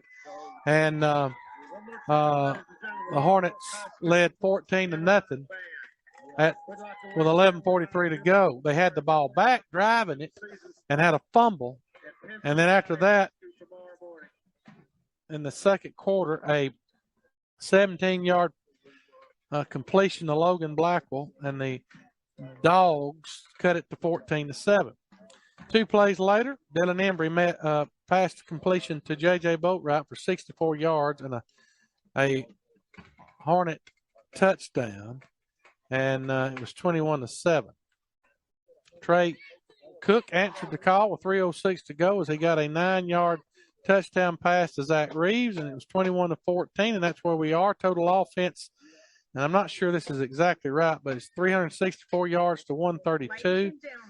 Hornets had 31 plays to 25 plays. Passing yards, 310. Rushing yards, 54. Passing yards for the Dogs, 110 to 22. And the leading guys, 310 yards passing by Dylan Embry. And that might be a little high. 10 of 19 for 110 yards and 2 touchdowns, Trey Cook. And then Jonathan Burgett, 36 yards rushing. Zach Reeves with 24 yards rushing. Landon Keith with 191 yards receiving. J.J. Boatwright with 96. Charlie Armstrong with 23.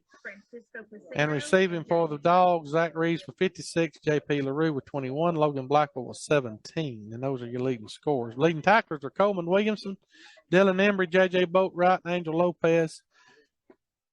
And the leading tacklers for the defense for Susan Moore is Logan Blackwell, J.P. LaRue.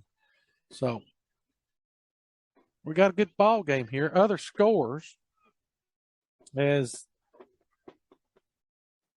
Locust Fork leads 21-14 to half. Cleveland trails 6-0 to Pennington at the half. Other scores from around the area: Hoover leads Mountain Brook at the half 10-7. Benson Valley leads Homewood 7-3. Priceville leads Scottsboro 14-13. Thompson leads Clay Chalkville 10-7 at the half. Aniana leads 33-7 over Springville. Pennington, as we said, 6-0. Last score from Hayden was 7-0 over Asheville. Hewitt Trustful leads Huffman, or 49-8. Robert Bradford just texted us 14-3 as the Hayden Wildcats now lead Asheville, and it looks like that's at the half. So good ball games everywhere around the county, and we're at halftime, and we're going to be watching the Bulldogs perform, and they got a great band, great band director. So we'll look forward to listening to them. We'll take a break. We're going to do a few more commercials, and we'll be right back. You're listening to WCRL on the Hornet Network. Accounting and tax worries can be time-consuming and stressful. Lori Criswell and Associates can provide accounting, auditing and bookkeeping, payroll preparation, tax reporting for businesses and individuals. So talk to Lori Criswell, CPA, and accountant Alicia Bell. They can take care of all your accounting needs. Lori Criswell and Associates, Highway 278 in Sneed, or call 205-466-7156. The city of Aniana and Blount County are so incredibly fortunate to have 2 groups prioritizing local education, and we want to invite you to help. Every single child in this county is supported by Offer and BCEF. Through a focus on technology and promotion of academic excellence, these organizations have put millions back into our local education. If you would like to learn more on how you can be a part of these organizations, please visit them on Facebook. the Blount County Education Foundation, and the Aniana Foundation for educational resources. Tennessee Valley Metals is one of the leading manufacturers of aluminum extruded and roll form canopy systems in the Southeast. They assist in all elements related to design and engineering of a canopy system that'll fit most needs and budgets. Their canopy systems are fabricated using the highest quality components to ensure long life and durability. With over 40 years of experience, they are the #1 choice when it comes to canopy systems. Give them a call today at 205-274-9500. Tennessee Valley Metals is the proud supplier to all the Blount County schools for their canopy and walkway cover needs. Tennessee Valley Metals would also like to wish all the Blount County teams good luck this season. Ace is the place with the helpful hardware, folks. Weather's Ace Hardware in Aniana is your place for spectacular savings all summer long. Ace has incredible deals on the tools you need to get the job done right. From top name brands like Craftsman, DeWalt, and Milwaukee. They're also your neighborhood destination for paint. You'll find Clark & Kensington and Benjamin Moore in the perfect color for your project. Plus, all the applicators, tape, tarps, and accessories you'll need. For big savings, count on your neighbors at Weather's Ace Hardware in Aniana, corner of Highway 75 and 2nd Avenue East. Kind Cups is open. Nestled between S&S Foods and Hometown Bank in Cleveland is Kind Cups, a coffee shop, and more. Come by to enjoy great atmosphere with great products and service second to none. Freshly brewed coffee, espresso drinks, frappes, fruit smoothies, soft serve ice cream, and more. Try their best seller, the Swan, made with espresso, steamed milk, caramel, and white chocolate sauces. You won't be disappointed. Kind Cups, 85 Camp Road, Cleveland. Open 6:30 to 6:30 Monday through Friday, Saturday 9 to 2. Kind Cups. Call them at 205-907-6082.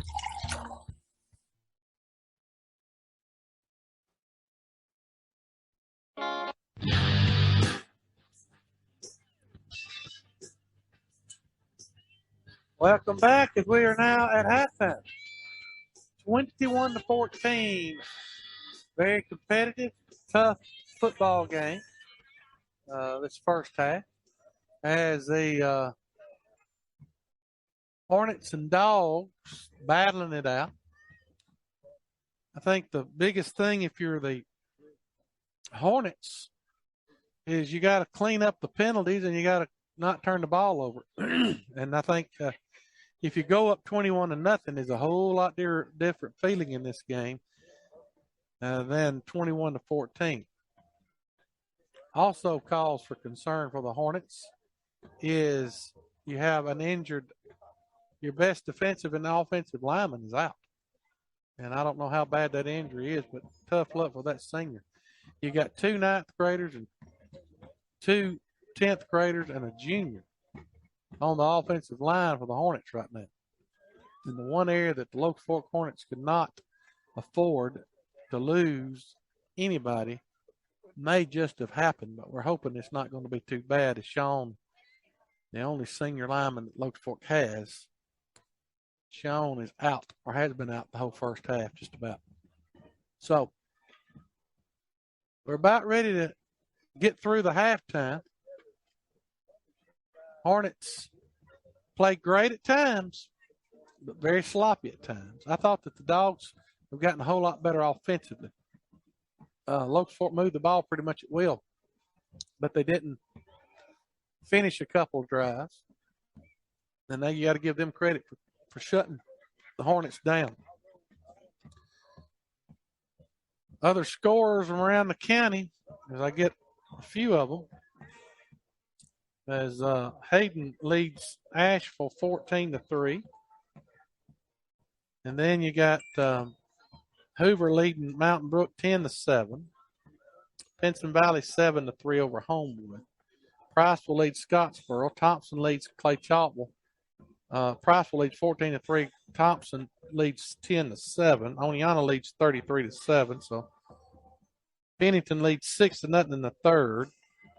So a lot of great games going on. The only game, I think all the county scores you have, except for Southeastern, is I haven't heard, they're leading Southeastern 28, or Southeastern winning 28-9 at the half. So good job and I felt like they would win that game with ease. Another game is 26-14. Glencoe leading Holly Pond at the half. The West End Patriots are leading Sandrock at the half, 28-14. Sandrock's really had a tough year this year as they have struggled mightily. I think the only team they've beat has been they might have beat Glencoe and maybe a 1A school, but so Sandrock. But another thing is West End's getting better too. Pleasant Valley, haven't seen their score. Let's see if we can find their score. Pleasant Valley.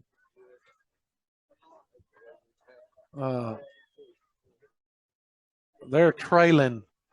This makes me feel good if you're a Hornet fan. They're trailing Raglan 20-0 at halftime. So should be some wins down the road for the Hornets. They're trying to win this one right here. Is halftime is over. Great performances by both bands. Locust Fork, Emerald Knight Band playing well tonight, and the Bulldog Band had a good performance. So both the bands have done their job. And we'll get ready to start the second half. Now, guys, Locust Fork had a ton of yards. They never punted. But they left, in my opinion, 2 touchdowns on the board, and the turnover killed them, and several penalties. To me, I think Locust Fork can clean up a lot of that first half if they're going to have to if they're going to win this football game. So, Jeffrey, what do you think?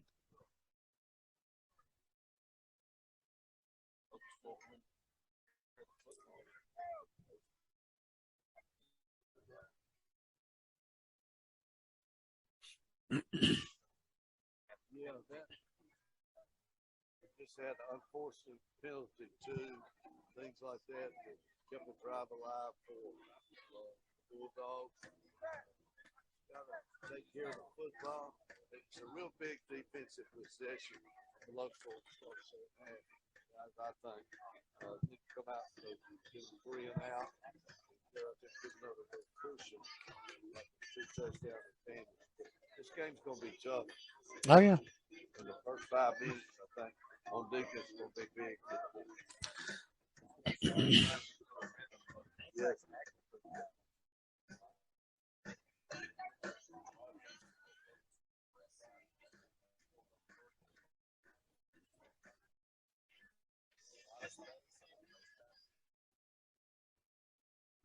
I do think it's going to be a game that comes down to the fourth quarter, and again, it's one of those where potentially, a turnover, a mental mistake by one of these teams could play a huge role in the outcome.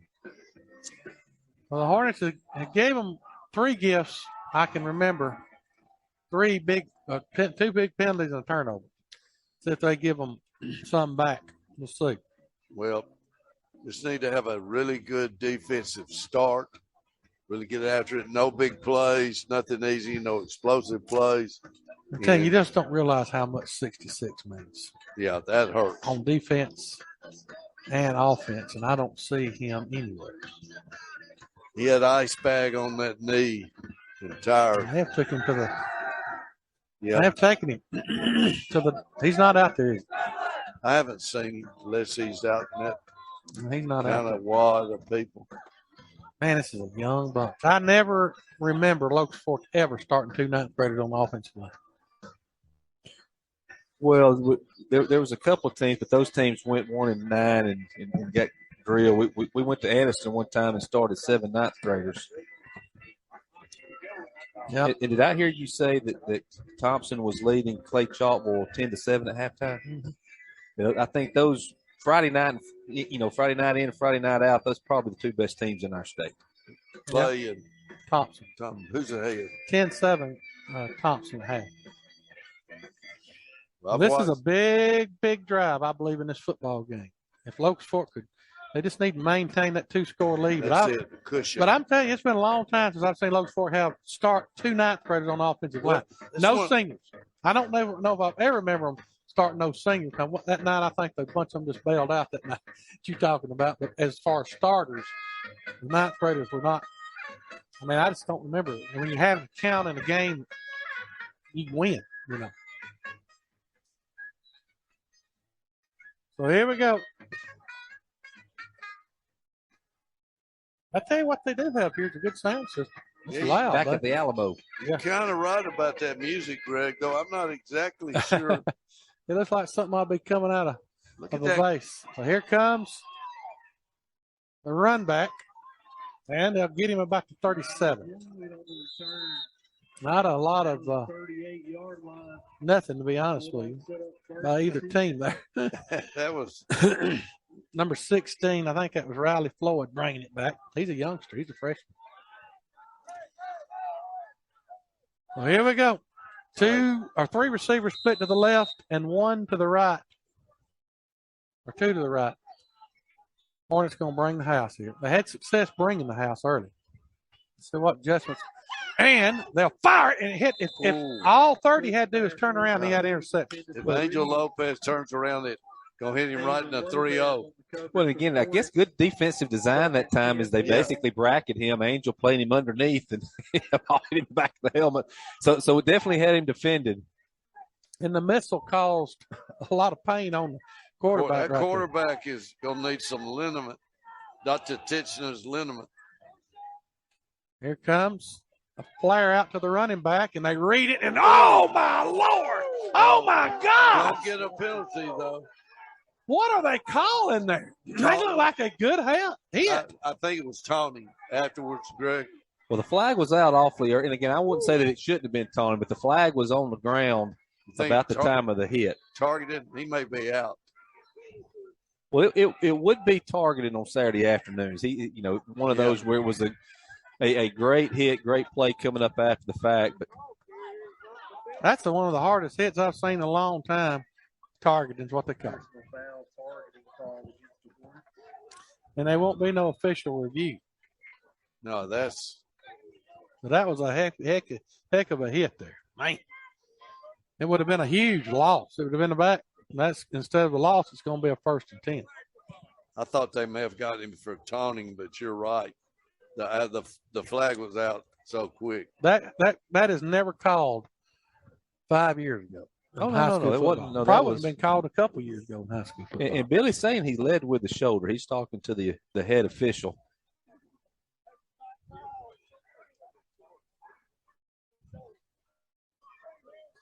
Well, and they're watching it on film now, and they said he led with his shoulder. I mean, you got to, and I'm certainly feel for the kid that's on the ground because I'm telling you, he was hit hard. That was a lick, Greg. That was penalties continue to kill the Hornets. You had them third and long.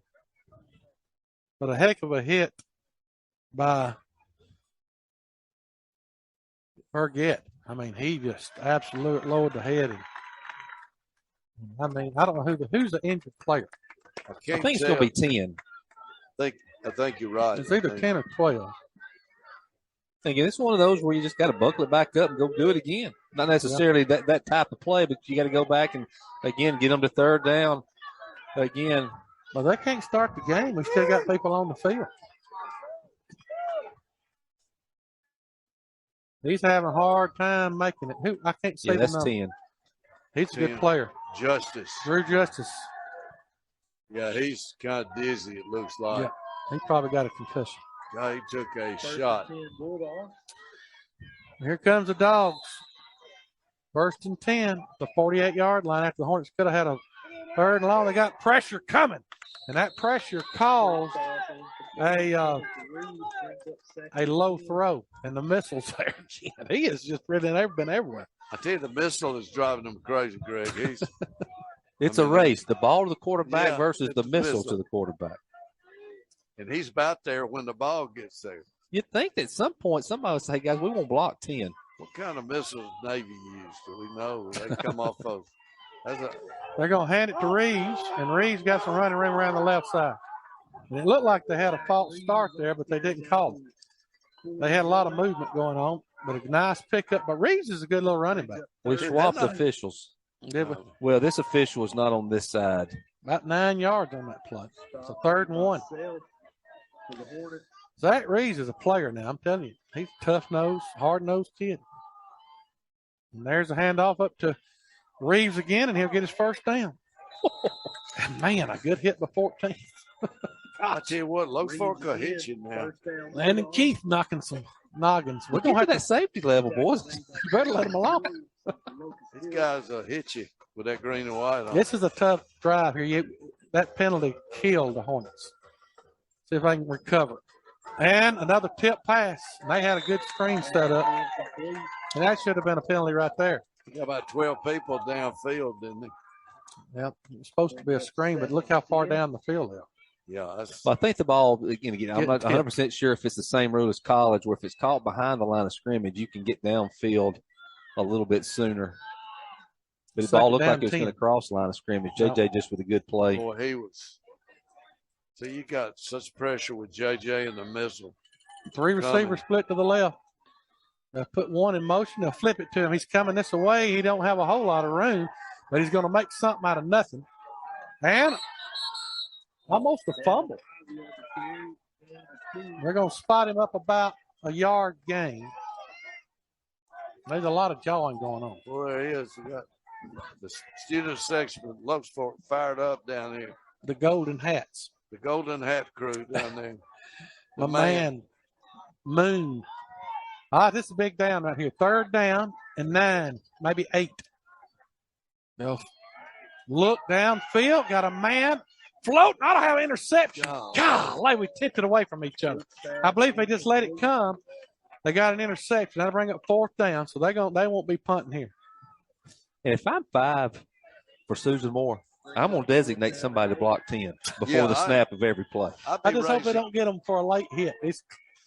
He's getting there, and he ain't had to hit him late. He just can't stop. There's no doubt Sean is not coming back in. He's got his pads off. Big down here. They're going to throw it.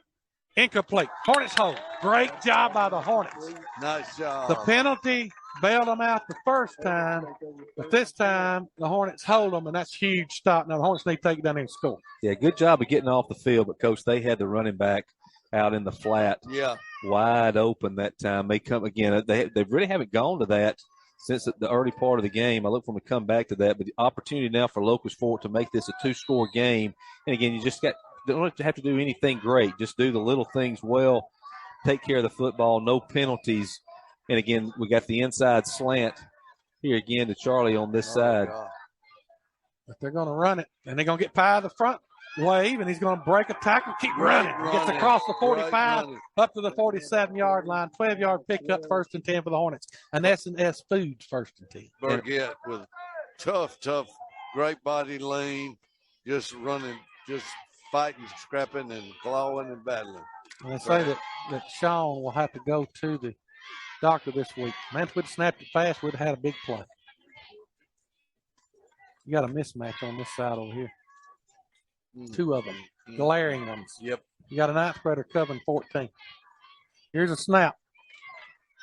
They're going to let her fly to JJ. Who's going to make the play? JJ made the play. Good, and a penalty flag. They're going to call offense, I'm afraid. Yeah, I'm afraid they are too, Coach. JJ with a little push for separation. Is that a great catch? So that's still tremendous. Yep, they called it. Yeah.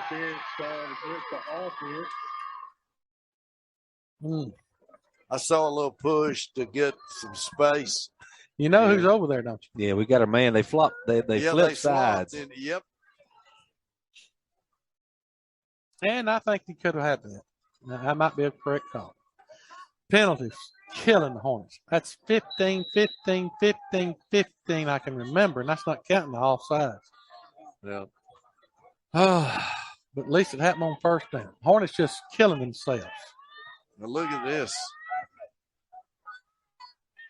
What we got? This is double pass written all over. So you got your 4 receivers, and then the running back. I say 4 receivers. You got. Yeah, Burgett. Let's see. It's got to be a run almost. And you got timeout or a penalty flag. Or that's your bow over there now. There's our man. The man came in there with a conference with the white hat. Yeah. They line up illegal formation. They don't have a flag. I don't see a flag anywhere. I'm not sure what we're doing. We're going to mark something off, though. Yeah. They're asking if they got the thing farther enough back. Good. It should be hard to figure 15 yards behind the. Again, it should be 1st and 25, right? Yeah. It's not hard to figure out. And they moved the ball about 1.5 feet. Yeah. Unbelievable. Yeah, that's on the official. He got to get the thing stepped off of. I hadn't been impressed with this group for either side. They've made some poor calls for both. So here comes 5 receivers. They're coming with everybody. If they don't line up like that, if they line up like most people, they're offside. They're offside. They must have got used to it. Look at this. They must have had a lot of offside penalties. They backed them up. Bedlam. They're going to fake it. They're Great going to run call. it with a quarterback. And he'll make a man miss, and he'll get pretty good yardage up to about the 41 yard line. About one little tackle there of being touchdown. Well, he'll get 10 of the 15 back. Now to bring up 2nd and 15. Here comes the bunch, guys. I'm telling you, there's a mismatch right here. There's a big time. Three's going to bail out. Safety's going to bail to that inside slant, I guarantee you. Look at him. Seven's going to be over the top. Yeah, he's going to take JJ away on the deep one, I think. This is the one right here. No, 14. 14. He's wide open. He catches it. And he does. Great catch by Landon Keith.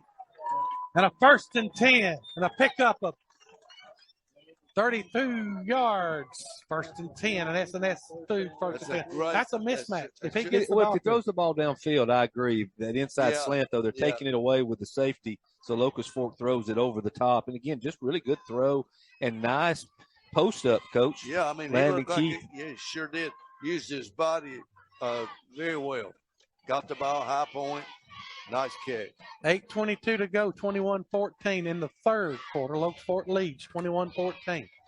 1st and 10. Here comes a snap. Here comes a run by the quarterback. He breaks a tackle, runs over another one, and he just keeps turning his feet inside the 20. And we got a penalty for it. Oh, God. And a hold. God, bomb. There's something on every play. And we may be. I don't know.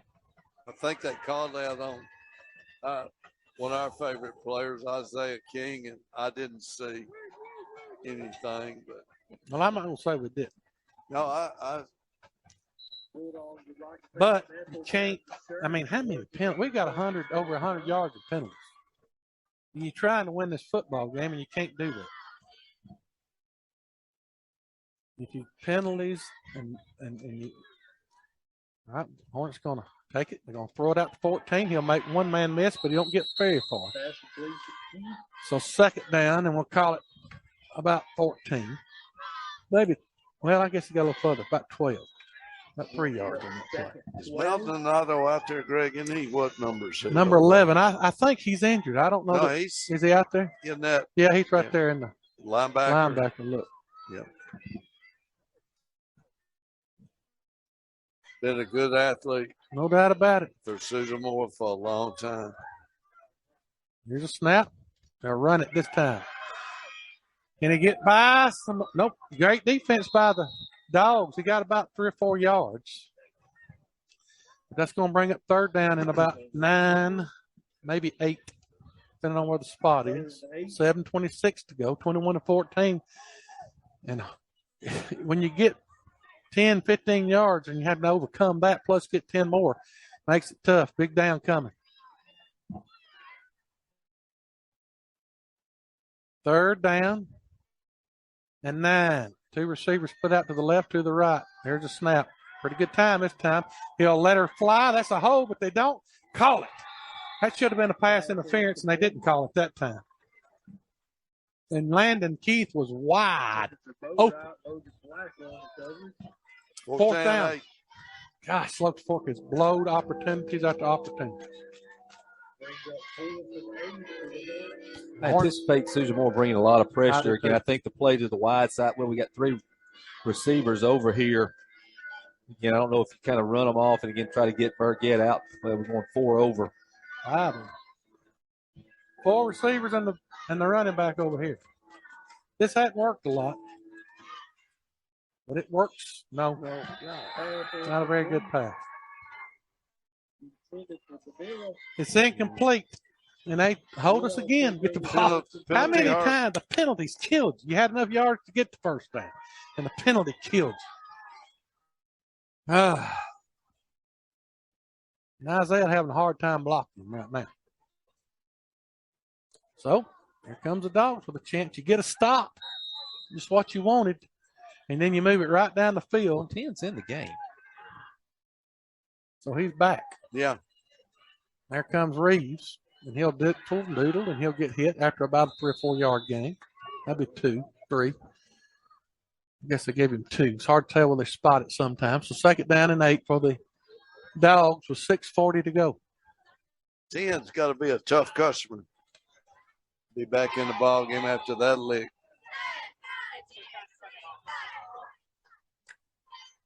Here's a snap. They'll hand it again to Reeves, and he'll be met pretty quick after another yard gain. The 3rd down and 6 coming for the Dogs, and both Potent and offenses have slowed down a little bit.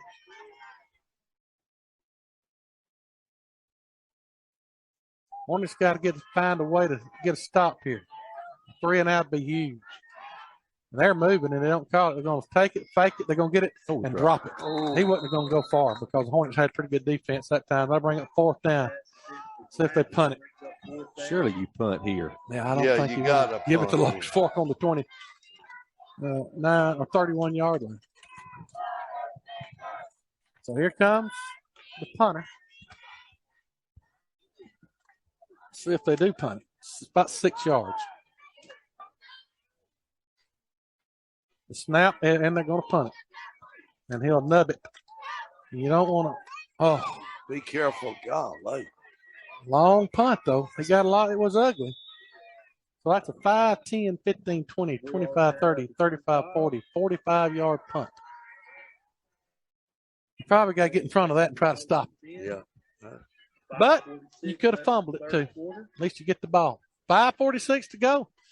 Back-to-back stops by the Hornets. They took their drive down the field and shot themselves in the foot. Can they get away with not having penalties? And you got a youngster going in there right now. Ryan Hunter Jones, I believe.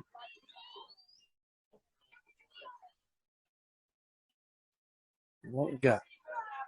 There's a snap. They'll pitch it out to Burgett. A great open field tackle. Who made that tackle? 17. Oh, Reeves. He played a good game. Yeah, it's just a one-on-one matchup out there. Nice job by Reeves. Saved a big play from happening there. The one thing about these teams, neither one of them ran the ball too well. Except for when the quarterback for Locust Fork's done a pretty good job of making some people miss in a couple of plays here and there. Locust Fork with a tight end. Yeah, Charlie lined up the tight end here. And we got some kind of a. We got our buddy across the way. He's never happy. He's mad. But he's looking at them. I don't know what he's talking about. Uh-oh. He's fixing to drop one, it looks like. Look like they're looking up in the bleachers. What was that? I don't know. Guys, his left arm. Yeah. Here we go. Going to roll to the right. He's going to be brought down for a big loss. Great defense that time by the Dogs, and Hornets going the wrong way, and a big 3rd down now, and about 17 or 18. 3rd and a bunch. So, whatever your 3rd and 18 is, right now, Hornets have just got a hodgepodge line up there. And poor old Dano having to run for his life. He's going to throw it and complete it. But it's going to be short. And it's going to bring up 4th down. And that'll bring up 4th down. Be the first punt of the game for the Hornets. So not a lot of blocking going up front. I think you might need to try to run some option and maybe make them miss, you know? Yeah. How you doing? So we got a low punt. Snap. He waited a long time. A good punt, though. He hits it high. And it'll take a big roll inside the 30 down to the 27-yard line. Man, what a punt. Nice That's a job. 5, 10, 15, 20, 25, 30, 35, 40, 45, almost a 50-yard punt. And so here comes the Dogs. Both teams playing a little defense and field position now. 3:39 to go. It is 21-14. It's been that for a long time. Here comes the snap. Fumble. Fumble. Can the Hornets get on it? I think they do. And it's the Deuce. JJ. And a big turnover for the Hornets. So the defense comes through with a stop, back-to-back stops, and a fumble recovery. And now they've answered our turnover and see if we can answer it by getting in the end zone. JJ has taken the mantle from Drew Rogers. He will find the loose ball, and again, it just goes in kind of with reckless abandonment. Coach. Yeah. Everybody else just kind of looks like they're in slow motion. Here comes JJ out of nowhere. Here we go. Got to have somebody to block, and we got a. I think we got a mental mistake. Locust Fork. Buddy, I tell you right now. Coach, old-fashioned encouragement. Chewing going on. I don't think Angel was supposed to be out there or something.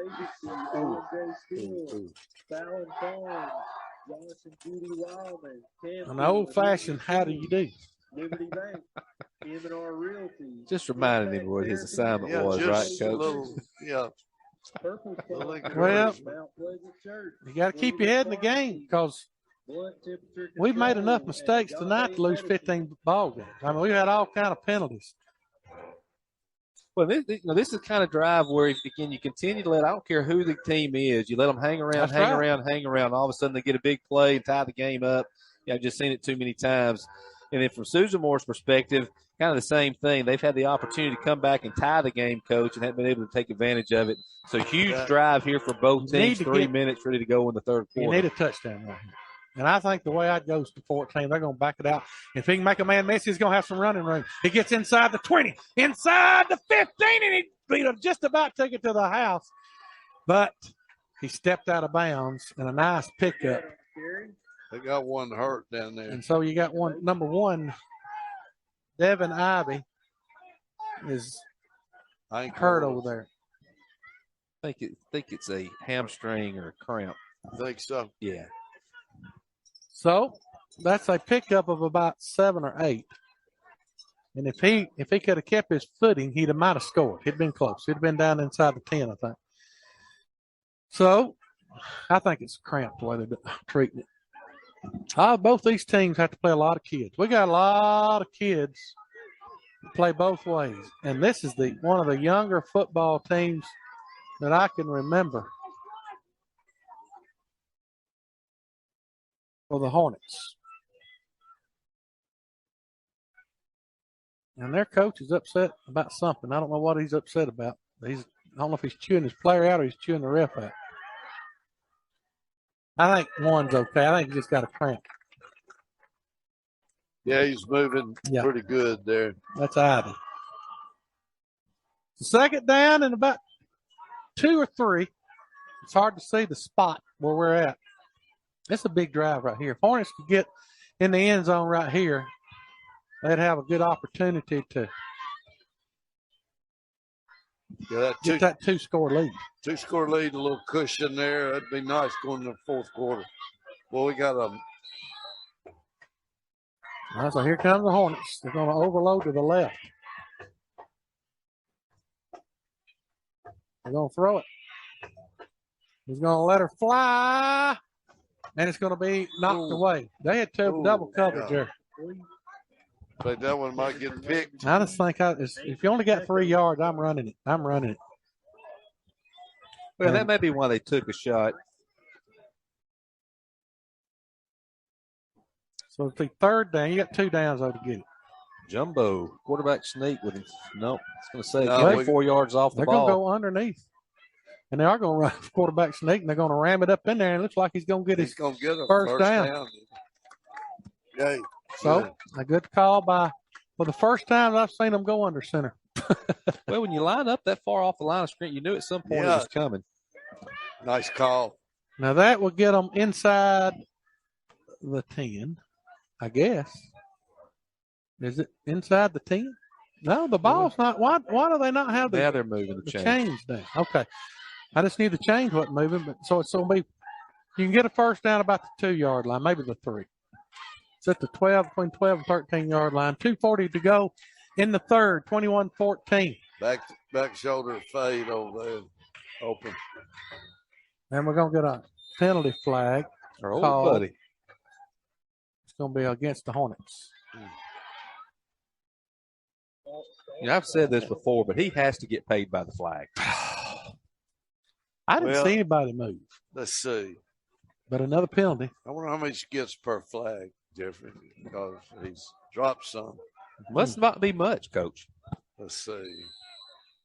I bet his right arm, whichever one's dropping it, is. Penalty flags are not, it's got to be 150 yards. Makes you almost have to throw it in the field shrinks a little bit. They're going to throw it to JJ. JJ will catch it at the 2. First and goal for the Hornets. And a great catch by JJ Boatwright. First and goal for the Hornets, and they're knocking on the door. I'd run the quarterback sneak. Well, Coach called it. Back shoulder throw, ball underthrown just perfectly. And again, first and goal, Locust Fork. And he'll run it. Is he in? He says, yard short. Second and goal. Well, I tell you, that number 2 for Locust Fork is mighty good, guys. Yep. He's just mighty good. I'd run the same thing. Well, we got another flag. Our buddy, he can't stand it. What is he going to call now? He's going to call either illegal formation or that we're not set. Golly bomb. See? Oh, man. So I had to back it up. Does that guy live in Bluntsville or where? Does anybody know? No, he lives in Flagsville. I've never seen anybody call flags as many times as he has. Maybe we deserved every one of them. Every penalty has been just about called. The biggest thing I had was when the shoulder pad just a little off. Oh, a fumble. But they get it out there somehow or another. He'll cut back in. Inside the 5, inside the 2. Touchdown, Hornets. Jonathan Burgett, the senior, with a 6-yard touchdown run and a huge touchdown for the Hornets. And they lead it 27-14 with 1:22 to go in the third. Woo! Not sure exactly if that was a handoff or just a ricochet. But again, good blocking up front. Really the best job that Locust Fork's done, sealing the corner and getting to the outside. And a huge extra point now coming for Locust Fork. This is big. This is a big one. Here's a snap. It's high. The kick is up. It is good. Wow. He has been automatic. 4 for 4. He's getting some power with it too now, Greg, and accuracy. That's a great job. So the Hornets with a nice drive. They make hay out of the turnover. And now see if that defense can continue to play like it has the second half, as they have shut down the offense so far this second half of the Bulldogs. Yeah, I'll tell you something I saw. Again, I it's not my idea. I wish I could claim it. But one thing I've seen teams do, especially in the shotgun formations, they'll take somebody like a JJ and bring them in motion, and all of a sudden just put them behind the center to run that quarterback sneak. I saw that a couple of times last night from a couple of different teams, which is really good play design, yeah. Hayden leading 21-3. No update on the Pennington score. 6-0 last we saw. Southeastern beating Crossville big. I expected that. You can't give up a cheap one here. You got to play defense. You're the Hornets. They come down to conditioning, and a little nubber, that's going out of bounds. And that's not what you want. That is not. That's the first mistake he's made. But why they get it to 35 or 40? 30, is it 35? They've been getting it to about 35 anyway. Yeah. I tell you what, he's improving. I know that probably won't be a happy moment. Well, they've got it at the 35 every time, except for when they kicked it in the end zone. Yeah. And based on Billy's reaction, I think he did exactly what he should have done because Billy didn't flinch. No. No. I think it may have been, kind of a worst case scenario we'll take. Well, right here, you need to watch. Well, 17. Four's not in the game, so I'd watch for 17. He's been the main threat. 17 out of the backfield. We haven't seen it yet, Coach. I don't know why. They're going to fake it to him. They're going to pass it. Incomplete. 10 may have been feeling He might have thought he was fixing to get popped because he got 4 and 14 over there and 2. Well, just a little bit more air under it. We could have had a Charlie Armstrong, Lawrence Rotenberry going the wrong direction. I'd have took it. Charlie had no Aniana. Well, that ain't Aniana. It's Sneed. But is that Sneed? Yeah. Okay. This time they'll hand it to Reeves. Get out there, guys. That's a good run. Oh, what a good time.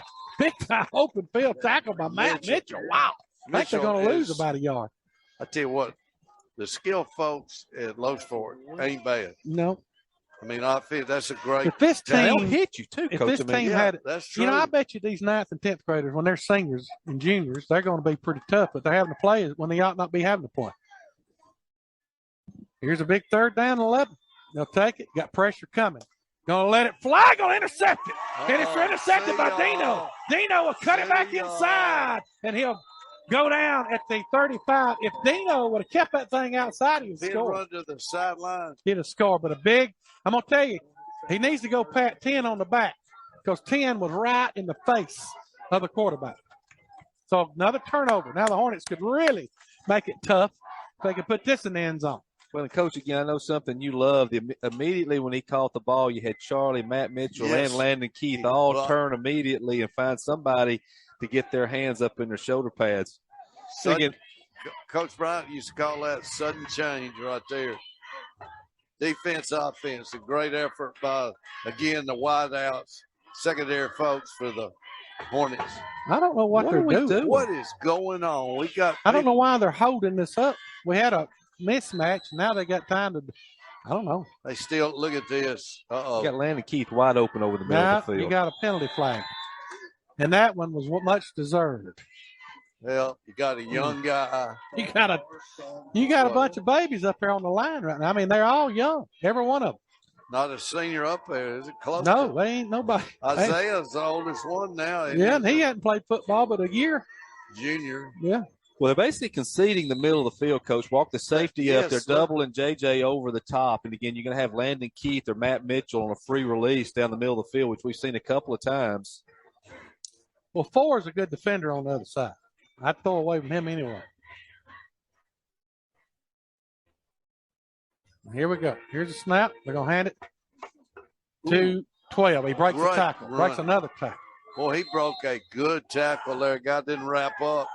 Burgett runs hard for his size. He does. He got 5 yards after the penalty. I think we're going to be content to get to the fourth quarter. So that'll get us to the fourth quarter. Yep.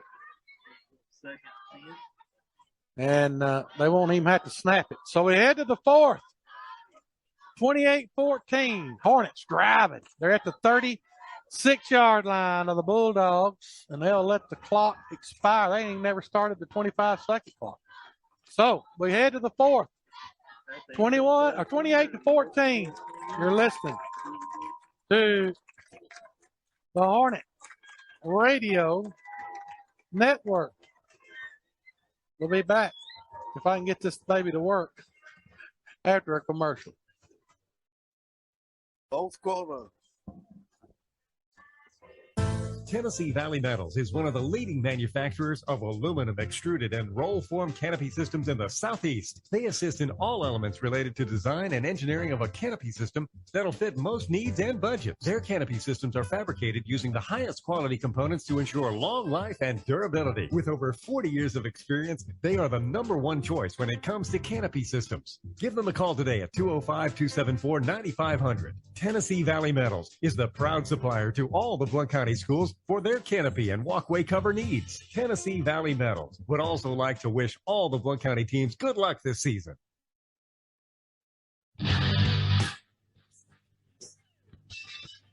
Welcome back. We head to the fourth. Hornets have caused 2 turnovers in the second half.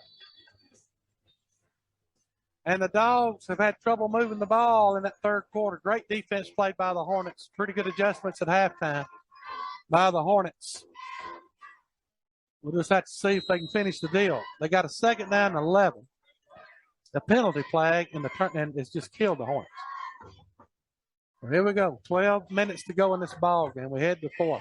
We're going to take it. We're going to flip it out to and we got a hold on 54. Good gracious alive. So, another penalty. See if they back them up or what they do. I'd decline it if I were them. Well, if they don't decline it, it'll be 3rd down. If they do, it's 2nd down, right? 2nd, what, 20? Mm-hmm. Yeah. I'm telling you, we're going to set some kind of record for penalties. Most penalties I have seen in forever. And they called holding on Isaiah King. He had trouble with number 57 most of the night. Well, he had him on the ground. I don't know how he got him. He was holding him. And the Hornets are moving. They get if they don't hit it. And a great burst by. If you don't wrap up and drive your legs, Burgett will run right through you, buddy. That's now 3rd and long. Excellent run. We're really kind of almost back where we were before. So now, let's see what the Hornets do. They got the bigger packaging. Just taking the safety back over top. You're back almost with 1-on-1 this time with JJ. Yeah, 1-on-1 with Landon Keith, the far side. Safety coming over. Have safety in the middle of the field. They're calling it for JJ, though. Yep. Nope, they're going to throw it to. He's holding him. That's got to be. It was like a flag party. Oh, that wasn't even, close. That's definitely. JJ had his guy beat too. Yeah. So he had two wide open flags. I can't complain about that. No, they were holding. They were holding, and I tell you, when you got 2 edge receivers out there like Keith and Boatwright, boy, you got 2 weapons, Greg, Jeffrey. Oh, they're calling on both teams.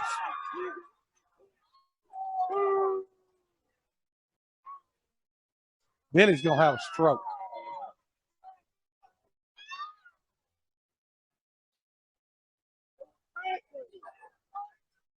I cannot believe it. Folks, I'm going to tell you something.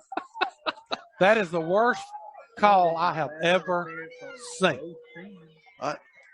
How would the offensive player hold? I don't know how.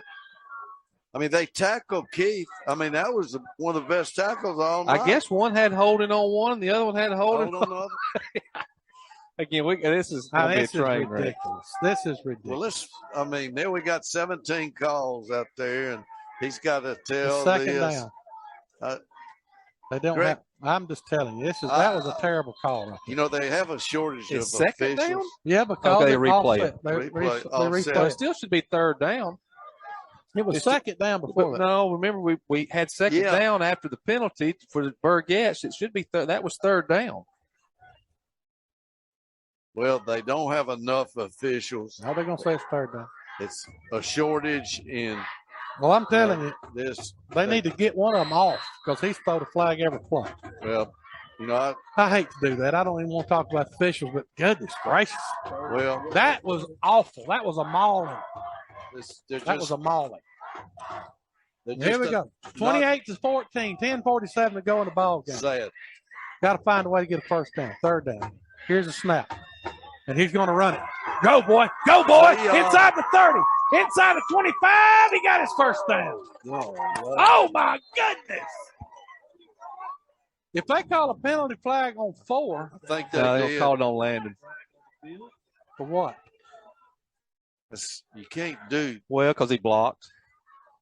You can't play football anymore. Landon came back, maybe a blindside block potentially, but still, it's just that's a horrible call. Is it after the play or is it during the play? It's going to be a blindside block during the play. Yeah, I think it was blindside during the play. Bomb. You just can't keep doing that, though, even though these calls are shaky. This is the worst thing I've ever seen. Well, Billy ain't arguing that. He must agree with that. Hey, is this as bad as that night at West End in basketball? Yes. Remember that? Yes. I think we probably deserve that, and as much as I hate to admit it, there wasn't no use in it. There wasn't no use in it. So he had the first down without anything. That's the kind of things in a closer ball game get you beat. Well, this is a close ball game. But it's still, yeah. Well, you got two score games. We may end the game on this drive on third down. Yeah. Ah, gosh. Here we go. And we moved. And we did. Good gracious. Coach Adams is checking in the Bryce's. Insane. Well, we did that time. That was on the running back. Yeah. It's been the worst I've ever seen from penalty-wise. There's a probate judge over here. How you doing, man? Nice to see you, Judge Green.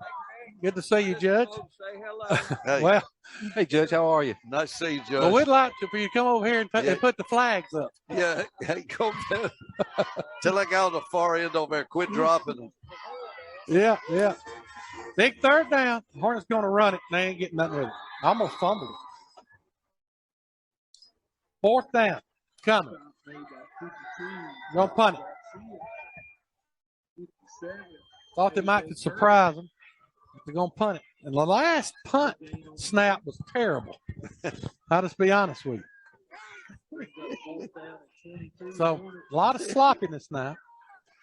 It's really hurt the Hornets to lose their starting, one of their best offensive linemen. Here they come. But he'll get the punt off. And it will be a roller, and he'll be brought down quickly at the 11. Been a hard-hitting game. I tell you what, there's been some licks passed in this ball game. You better not give Landon Keith a chance to hit you, because he'll take it. I tell you, Landon Keith is a bad hombre out there, but you get him. Well, he cost his team, though, on the dumb penalty a while ago, though. Can't get those kind of penalties. See, if you get that first down there, you run this thing down probably about 6 minutes. 6 minutes. Yeah. And you might score. You get 3 touchdowns. Now it's still you got that cushion of 2, but 3 would be a little bit better. Well, this is a big stop right here if you can get a stop. Here's a snap. They're going to throw it. They're going to look, fire it, and it's going to be complete. I don't know how they complete it. How did that ball get through? And he got about 7-8 yards. Uh-oh, we got one on the ground there. I think that's Matt. He's all right. I think he's mad at Matt. I don't think Matt did what he was supposed to do. Well, it almost looked like there was confusion with the quarterback and the receiver. He looked him out. With the ball in the air, I thought we had a chance to catch it. I did too. I thought we were going to pick that one off. A lot of sloppiness tonight. It's one of the worst games I've seen Locust Fork play from just being goofy and making mistakes. Yeah, I don't believe it. They were pleased with what happened there. Here comes a little pressure. They moved. They moved again. There. And good defense by the Hornets. Burgett's a physical player. And every down is just like push and shove. A lot of frustration by both teams. He didn't get anything. If anything, he lost a yard. Just third down and about 3 or 4. Big play. So another big play in this game. 8 minutes to go in the ball game. Hornets lead it 28-14. Make them punt it. They're going to fire it. Got a man open and a good catch. And he'll get his first down. Now pass it complete to J.P. LaRue. Nice throw. Pitch and catch. Good job. Good route. And good catch. Concentration. Looks for content to give those plays up at this point. Nothing over the top. And they'll go a little fast here, and they get a running play. And Zach Reeves will be knocked down by 1, which is Matt Mitchell, after a gain of about 5, maybe 4. Locust Fork makes mistakes, but they will hit you. They will. They will knock your backside off. That's a very physical group. Well, they're going to look back at this game and look at the mistakes they've made, the penalties. I think Dino needs to play defense and quit going for the interception because I had LaRue open again, but the flash was a little bit wide. So big third down coming here with 7:09. So third down coming. 7 yards to go. The ball sitting at the 30-yard line. Big down right here. The missile needs to get through there one more time. And he will. But he can't get the tackle. And now they will get the tackle. And the Deuce will get loose. And he'll bring him down for a huge sack. Great tackle, great speed, ability to change direction. Got a great job. I tell you, J.J. Boatwright is much good football player. Well, he's really played well on both sides. Been a lot of people play big in this game. Yeah, they have. This is. Oh, my goodness. You can't afford Isaiah King get killed if he don't get off. Run a 40 in a week. And he gets off. Here's a snap. There's the kick. Don't fumble it. Catch it. Get away from it. Get away from it. And he almost walked right into it. Catch it. Get away from it. As a coach, gosh, that just makes you just. Well, if you're not going to make an attempt to get it, you better get away from it.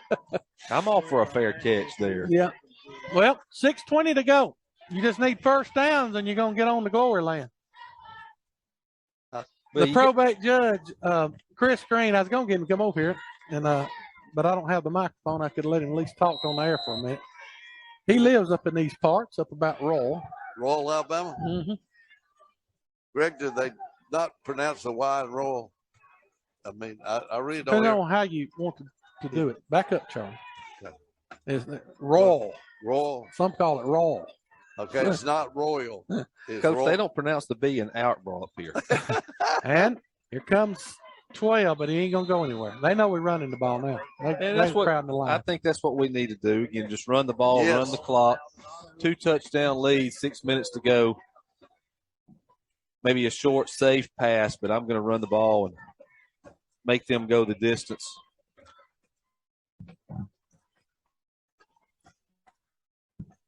So, big second down coming. Big second down coming. They're going to let the clock run down to 5:44. Here's a snap. They'll run it again. And they'll cut it up in there. Got a little running room. Hang on to the ball. The worst thing you can do is turn it over. And he'll be close to a first down. Third down and what, 2? Yep. They're going to go with a short 2. They're going to go. That's about I think they'll go the quarterback sneak here. We got a penalty, I think. Somebody moved in there. I almost think that they're saying we're not set long enough. Yeah. Nobody's moving.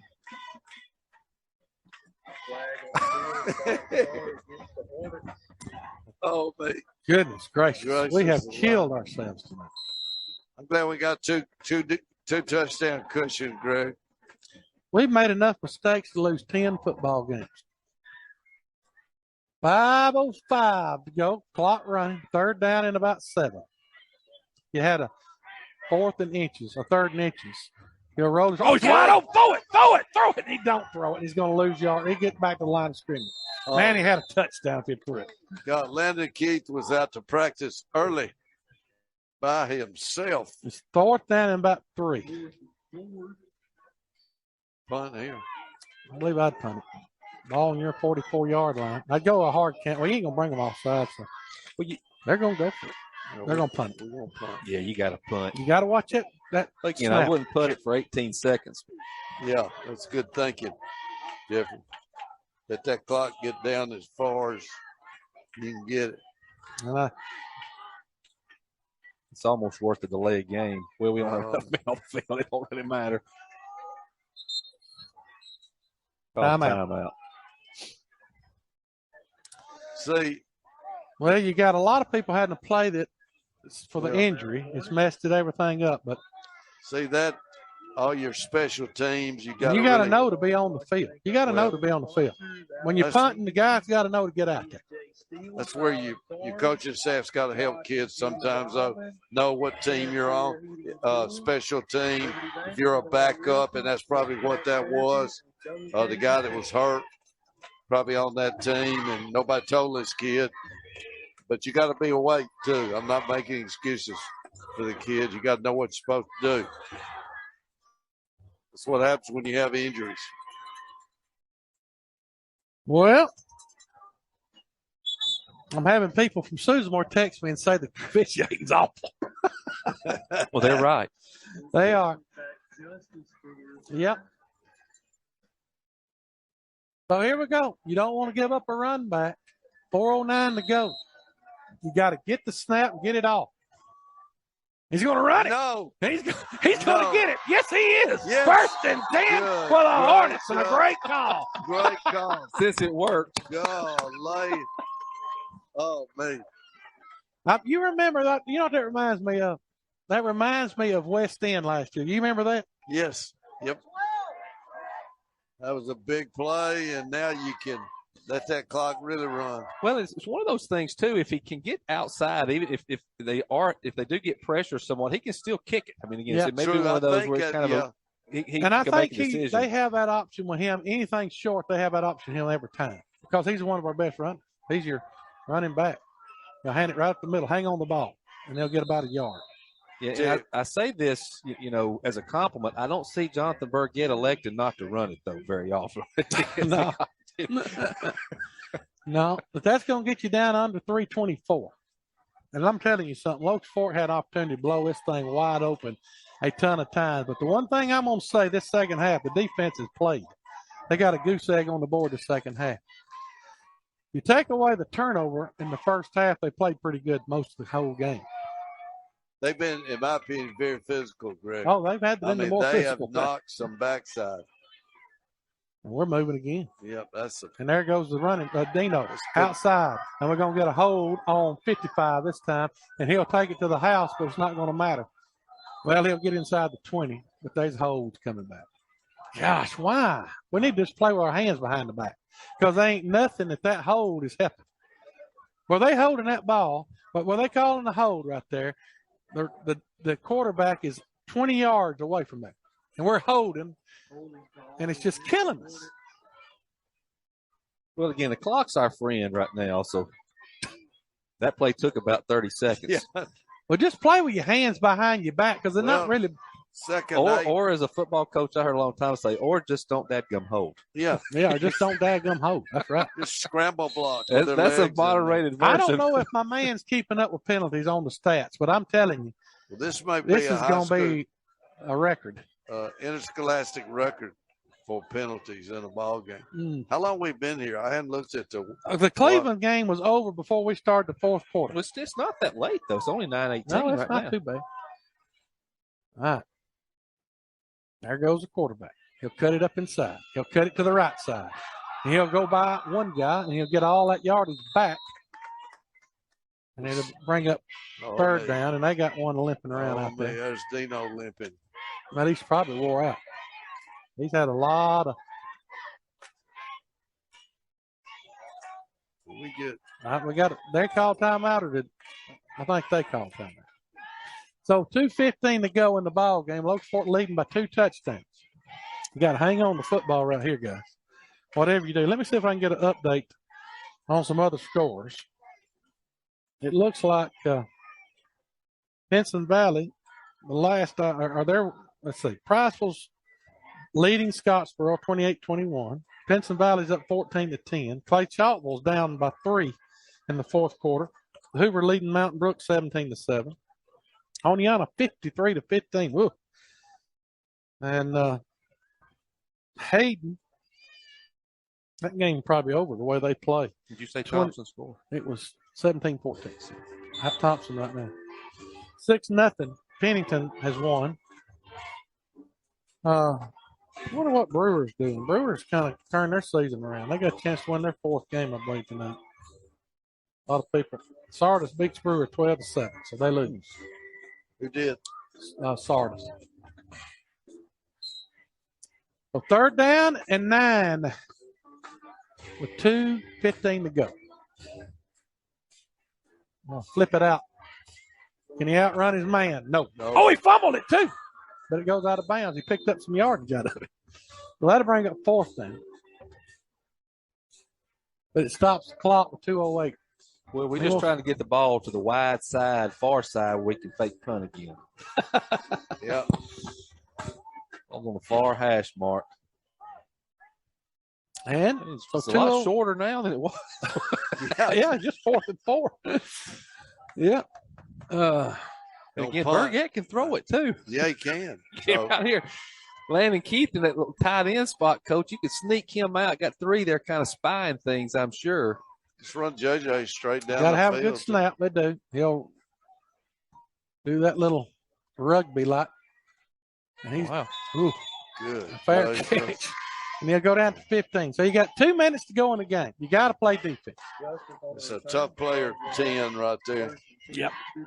I'm telling you, Susan Moore's improved a lot. I think this half, though, Locust Fork has dominated this half, but they have helped them a whole lot tonight. Yep. Our offense has got enough penalties to set some kind of record. I'm telling you, it's been the most penalties I've ever seen a Locust Fork football team get. And here comes the snap. And they'll fire it, and it's going to be complete. I thought 4 was going to. You don't want to Don't go let out. him get out of bounds. Spike it right Should on have the been officials. should have been a penalty right there, and they did. And our old buddy over there that loves to throw them didn't make it. He's ready to go to the house now. So a minute and 48 seconds to go. That play gained about 2. Here's a snap. And the Hornets trying to find something. They're going to knock him down, and he'll get close to the first down. And we got an injured player for the Hornets, but I think he's just tired. No, it's JJ. That's JJ. Good He's gracious. all right. Get him. He got enough for his first down. Put him on the bench. They're going to give put him a JJ rest. out for a second. Minute and 38 seconds to go. An S&S 1st and 10. I think they're 3rd of the second half. He's running for his life. He's got a man open. It's going to be intercepted by Burgett. He'll take it inside the end zone. Touchdown! A 25-yard interception. Return for a Hornet touchdown. And the nail in the coffin has been nailed. And the Hornets lead it. A great break on the ball, Greg, by Burgett. He read that, caught it out going up the field, and then he's so strong as a runner. Broke a tackle, end zone, ball game in really good shape now. 34 to 14. They got it. The scoreboard's up there. Yeah, they got the wrong score. It's 34 to 14. Now they got it. And this is all but over. But a big win for the Hornets. There's a snap. Can he be perfect tonight? Yes, sir. 5 for 5 for 5 for Vanilla. Vanilla has had a major league night, Greg. Perfect. 5 for 5. He's kicked off well. Well, we're going to give him player of the game. He's one of our players of the game. He's struggled all year, but he's going to be one of our players of the game. I don't know who the other is going to be. We'll have to look at it. I'd look at number 2. Number 2 would be one of them. Number 10 would be one of them. 4. Dino's played well. 14's played well. Probably a little too many penalties tonight for him. Yeah. Hansville, Lawrence County going overtime. 14 all. Thanks, my buddy. So 35 to 14. Hornets going to get out of here with a win, but it wasn't the prettiest win. But when we came up here, we just wanted to win. A win is big. You're up by 21 points. And complaining. And mad about the way you played because you played silly. Well, now we're going to dribble it. We're going back to the old way now. Vanilla. Just keep it in bounds. This one may come at you, Coach. This may hit us in the head. Yep. No, it's going. Oh, it's fumbling, rumbling, stumbling. He gets it to 20. They got him hemmed up. And 2's looking for him. But finally, he'll be brought down, and 12 will get on top of him. So, 1:10 to go, 35-14. Defensively, the Hornets have dominated the second half. They have dominated the second half. I think I'd put my freshman out there instead of my quarterback. Bunch of young ones. Play them back about 40 yards. Yep. Put them all on the goal line or something. Don't get anybody hurt now. They're going to throw it quick, and it's going to be dropped There we go. by Pacheco. We're going to do just that. We're going to put the freshman in for Dino. Yep. I'd get Dino out. They don't want to, though. Dino don't want to come out. Dino loves to hit. I mean, you don't have many quarterbacks that could probably start at linebacker for you. God. See, look Here at him. comes He's the got missile. A cramp right there. They're going to fire it. Oh, keep your almost head up. You'd another have had one. another one. Burgett is reading that and breaking Burgett on has the ball. laid some licks tonight, buddy. I tell you, that whole bunch will hit you. Burgett's going to be one of my favorite players tonight. I mean, he's had a big game. Well, he had an interception return for a touchdown. He ran another touchdown in. But I'm proud of Benella. He has struggled, but he has come through tonight 5 for 5 and kicked it in the end zone and done a great job kicking. Then he'll let her fly. Come on, Matt. Intercept. That is great. Good defense, though. Great pass defense, Matt Mitchell. Guys, that's technique right there, guys. High point. 4th down coming. Great technique. And what this does, it gives you a shutout by this defense in the second half. And that would be back-to-back shutouts in the second half by the Hornets both weeks. And you're going to have a chance to go to 4-2 on the season. And here comes another block pass, and that will do it.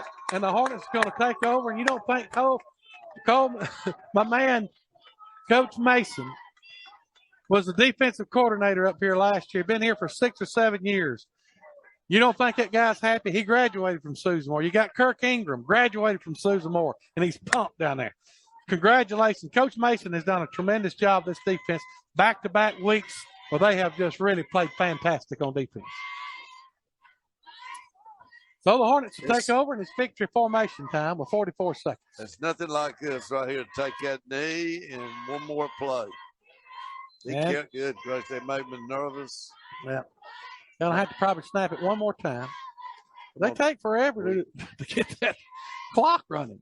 Or is it even running? It should run immediately, 40. So they just take again. Well, if it's 40 seconds, it's over. It's over. They don't have to snap it again. They don't even have to start it. It was right at 40 when he took a knee. So that's going to do it. Praise the Lord. The guy on the other side won't get to throw a flag. So that's going to do it. And I'm going to tell you what they're doing. They're doing forks up because all week they've done the forks down. So, and they're lifting old Mason on his shoulders. Yes. And they're going to dump a little water on both. Billy done walked in the middle of the fray and paid the price. Well, a big win for the Hornets. I tell you what, they were a physical team defensively. Yes, Greg, they were. all night. Really hit some folks in the mouth, smash mouth. And I think Coach Jackson's going to get his bunch really going too. I think one of the differences tonight was the escapability of Locust Fork's quarterback at times versus us being able to kind of keep theirs in the pocket and not quite as much escapability from the Bulldog quarterback. And then I think Locust Fork, they just have weapons everywhere on the perimeter. That's what we talked about, Jeffrey. And their secondary will light you up. Oh, well, and I love a lot of these people from from Susan Moore. They got a great group of kids that we love and care for. Number 4 is one of my favorite kids, Logan Blackwell. I love the Cook boys. They're good kids. But tonight I thought Locust Fork in the second half was – I love that Reeves boy. He played good. I'm telling you right now, that Reeves played well. And just some of my favorite folks that I think of in the whole world. Love the Waddles, love the Smallwoods. The Hollands. are great. They're just great people. All those Hollands. One of my right-hand ladies, Deb Clem, lives up here. So I have a lot of respect for Susan Moore. They have a great program. But tonight, Locust Fork was better. I thought we were the better football team. I thought we played great defensively tonight. And I'm going to tell you something. If we can improve and not have penalties and stupid things happen, we got a chance. But, Lord, we're playing with a bunch of youngsters up front. And so I'm going to see if I can't get my man. I'd like for him to talk to Mason. That's what I'd love to talk to Coleman Mason. But our players of the game, I'm going to give it to Benella for kicking 5 for 5, one of them. I'm going to give one to the Missile. And they're going to come over here and sing the alma mater with their fans. And I'm going to give them the forks up right there, boys. So they're going to sing the alma mater, and that's good. And Coleman's hugging all his boys that he coached. He loved those kids too. And I know he loved Logan Blackwell. Oh yeah, he's Logan. They're gonna sing their alma mater first. Our band is gone. Our band hit the road. They're going to the competition or something. Yeah, they're going to Pinson, USA tomorrow. Yeah. So they will sing the Susan Moore alma mater. Locust Fork has now won 5 out of 6 against Susan Moore. That's the longest streak that Locust Fork's ever had against Susan Moore. And we got an ambulance getting out of here. But 5 out of 6 against Susan Moore on a beautiful night. I'm telling you, though, I didn't think Locust Fork played worth the toot offensively from the flags and those kind of mistakes. And I don't know if all of them was deserved or not, but they called them. Well, other than the 35 points, we didn't play that great offense. Well, some of them was on the defense. I mean, they made some great plays offensively.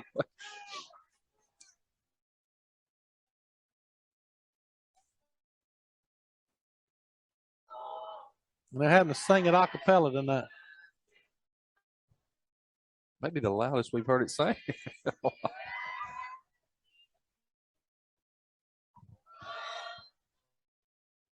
That's a beautiful sound when you win. Both versions we've got going at the same time.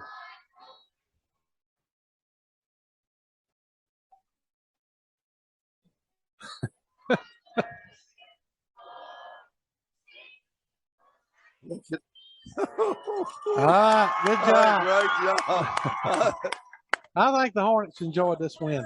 It was one they wanted to win for the defensive coordinator and for Kirk, and big time win, no doubt about it. I'd love to talk to somebody. I'd like to talk to Coleman, and I don't know where my man is. I'm gonna tell Horsley. Just there. Horsley. Greg is trying to get Coach Mason over here. Get him right there. All right. You're going to have to ask him the questions unless you let me talk to him. The machinery down there. All right. Come in. They're going to get me on the phone, I guess, and let me ask the questions. We can get Rodney Green on here, the snap of fingers from Pennington, but we can't get a guy we can see down there on the 50-yard line. All right, here we go. All right. I got you. He's phone. calling him. All right, there you go. Put it up to your ear. All right, Coach. I'm just going to ask you a question. You look like you really enjoyed this win. Yeah, it was a lot of fun. It was against a team that was playing hard. We played hard. It was fun to the end. I think our kids played their guts out. They couldn't ask for anything more tonight. Well, I thought that, to be honest with you, you've got back-to-back shutouts in the second half.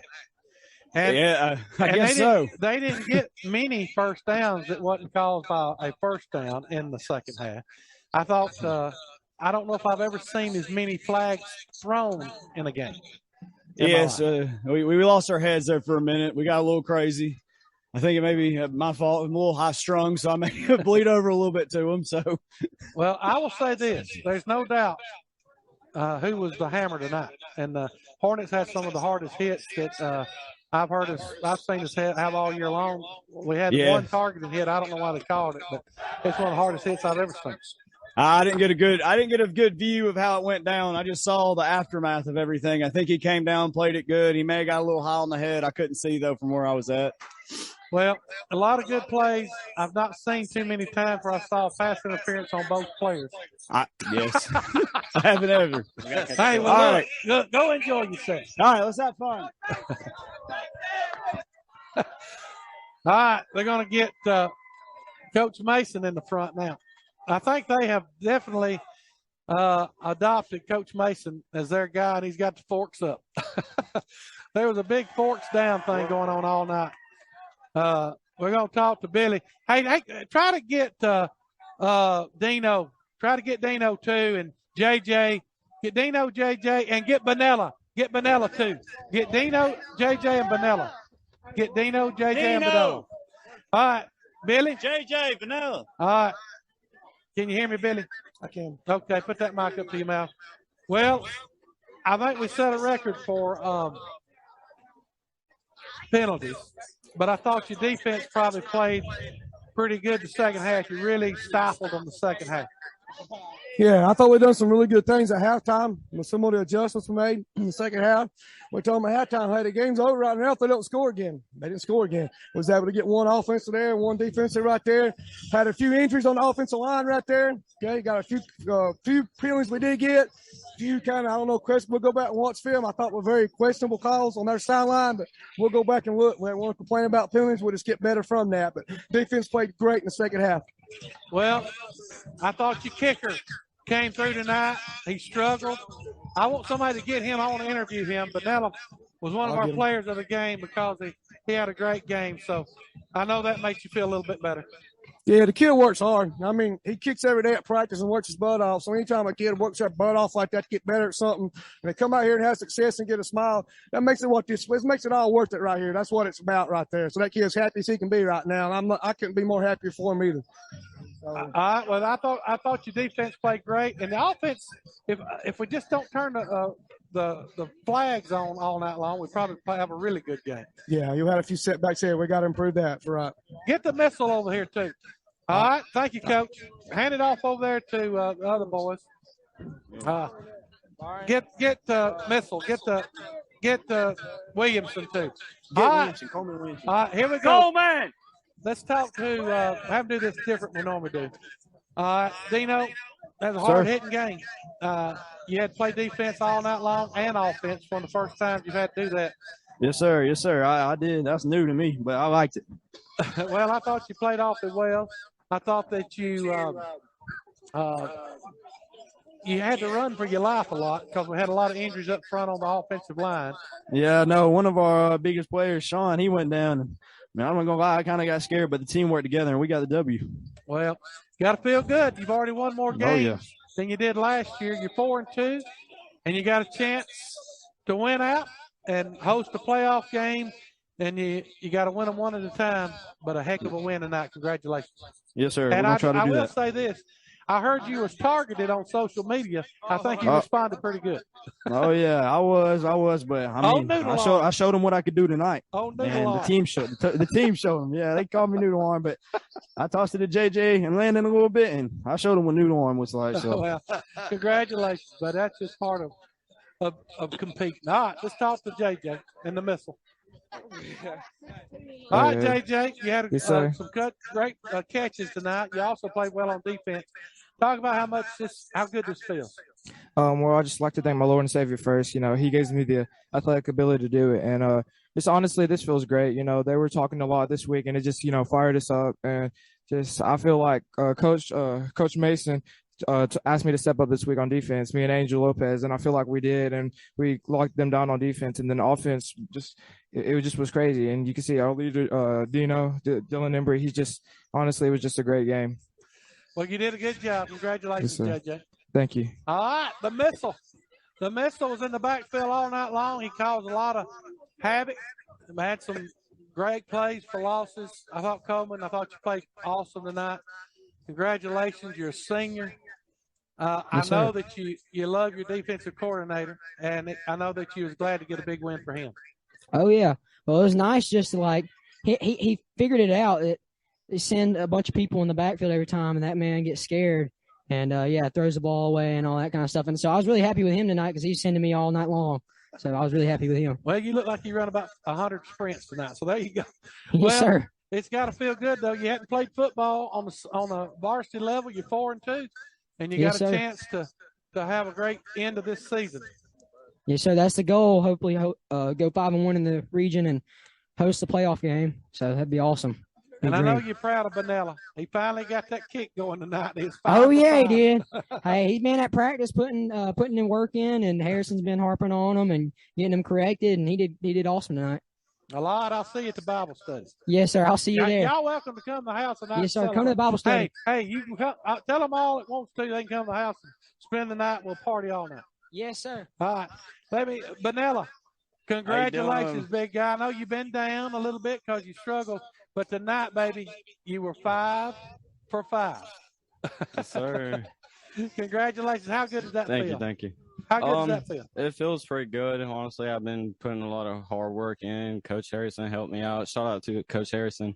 But I've just been practicing a lot. I was staying after practice for like 4 hours, just kicking and getting my timing down, my contact to the ball, and just taking my time a little slower on the PATs. And I figure I was going a little too fast, so I kept missing. So the ball kept going to the left. So I got my timing down, and yeah, it played well. Well, great job. You're a senior. You've never played football before. Never been a kicker before. I've never been a kicker, never playing football. But you're figuring it out. You're figuring it out. Yes, sir. And you're doing a great job. You're one of our players of the game. Congratulations.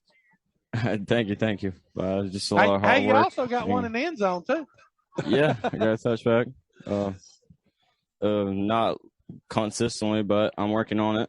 I'm working on my kicking still. I had a great night playing the game, and I'm learning as I go. Hopefully I can make it more and consistently make a lot and then get them all in the end zone.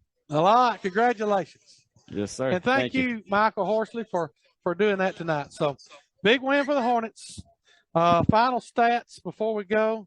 And that's about the loudest I think I can ever remember doing that. I don't know how much that sounded on the Hornet Radio Network, but here's the final stats that I have from my stat guy. I don't know. I hope he got the penalties, because sometimes they don't get all the penalties. If they do, they might have set a record tonight. But the final stats, this is your total yardage. 495 yards for the Hornets, 155 for Susan Moore. 124 yards. What's going on up there? 124 yards rushing for the Hornets, 36 yards rushing for the Dogs. Passing, 371 yards passing for Dino to 119. Individual stats, he was 12 of 20 for 371 and 3 touchdowns. Cook was 13 of 36 for 119 yards, 2 touchdowns, and 2 interceptions. 99 yards rushing for Jonathan Burgett. He's now got over 600 yards on the year. Zach Reeds, I thought, had a nice night too. So a great night for the Hornets. They win it, and we're going to get off the air. I don't know, something going on up here behind us, but I don't think it has anything to do with Locust Fork. I think it had to do with Susan Moore. But anyway, big win for the Hornets, 35-14. That's going to do it for our broadcast. Jeffrey, closing comments. Well, I think in some ways, Locust Fork played as well as we've seen them play. And again, I think they're getting better on the outside. At the same time, there's still opportunities to clean up, be a little more efficient. Penalties tonight, the one critical turnover. But I think the defense is getting better, flying around with the football. And so I think that I've seen a Locust Fork team that's getting better. If they can eliminate if they can eliminate the penalties, they're going to be a tough out for anybody remaining on their schedule. And we can't get many more people hurt. Coach, your final comments. Greg, I think if some things get cleaned up, like penalties and silly penalties, or maybe just getting emotional instead of playing with emotional, but let your emotions get carried away and cause you to get a bad penalty. They get those things corrected. They have so many weapons offensively for the next folks we're going to be playing. They're going to be hard to handle. But again, to discipline themselves to not get those penalties and keep working hard, defense improving, they got a chance to have a terrific year. They do. 35-14, your final. To go to 4-2, Dogs go to 2-4, and that's going to do it for our broadcast. Next week, we'll travel up to Pleasant Valley for a big region game, and that could seal the deal to put you in the playoffs with a win, at least number 4. So we'll see you next time. Forks up, everybody. Take care.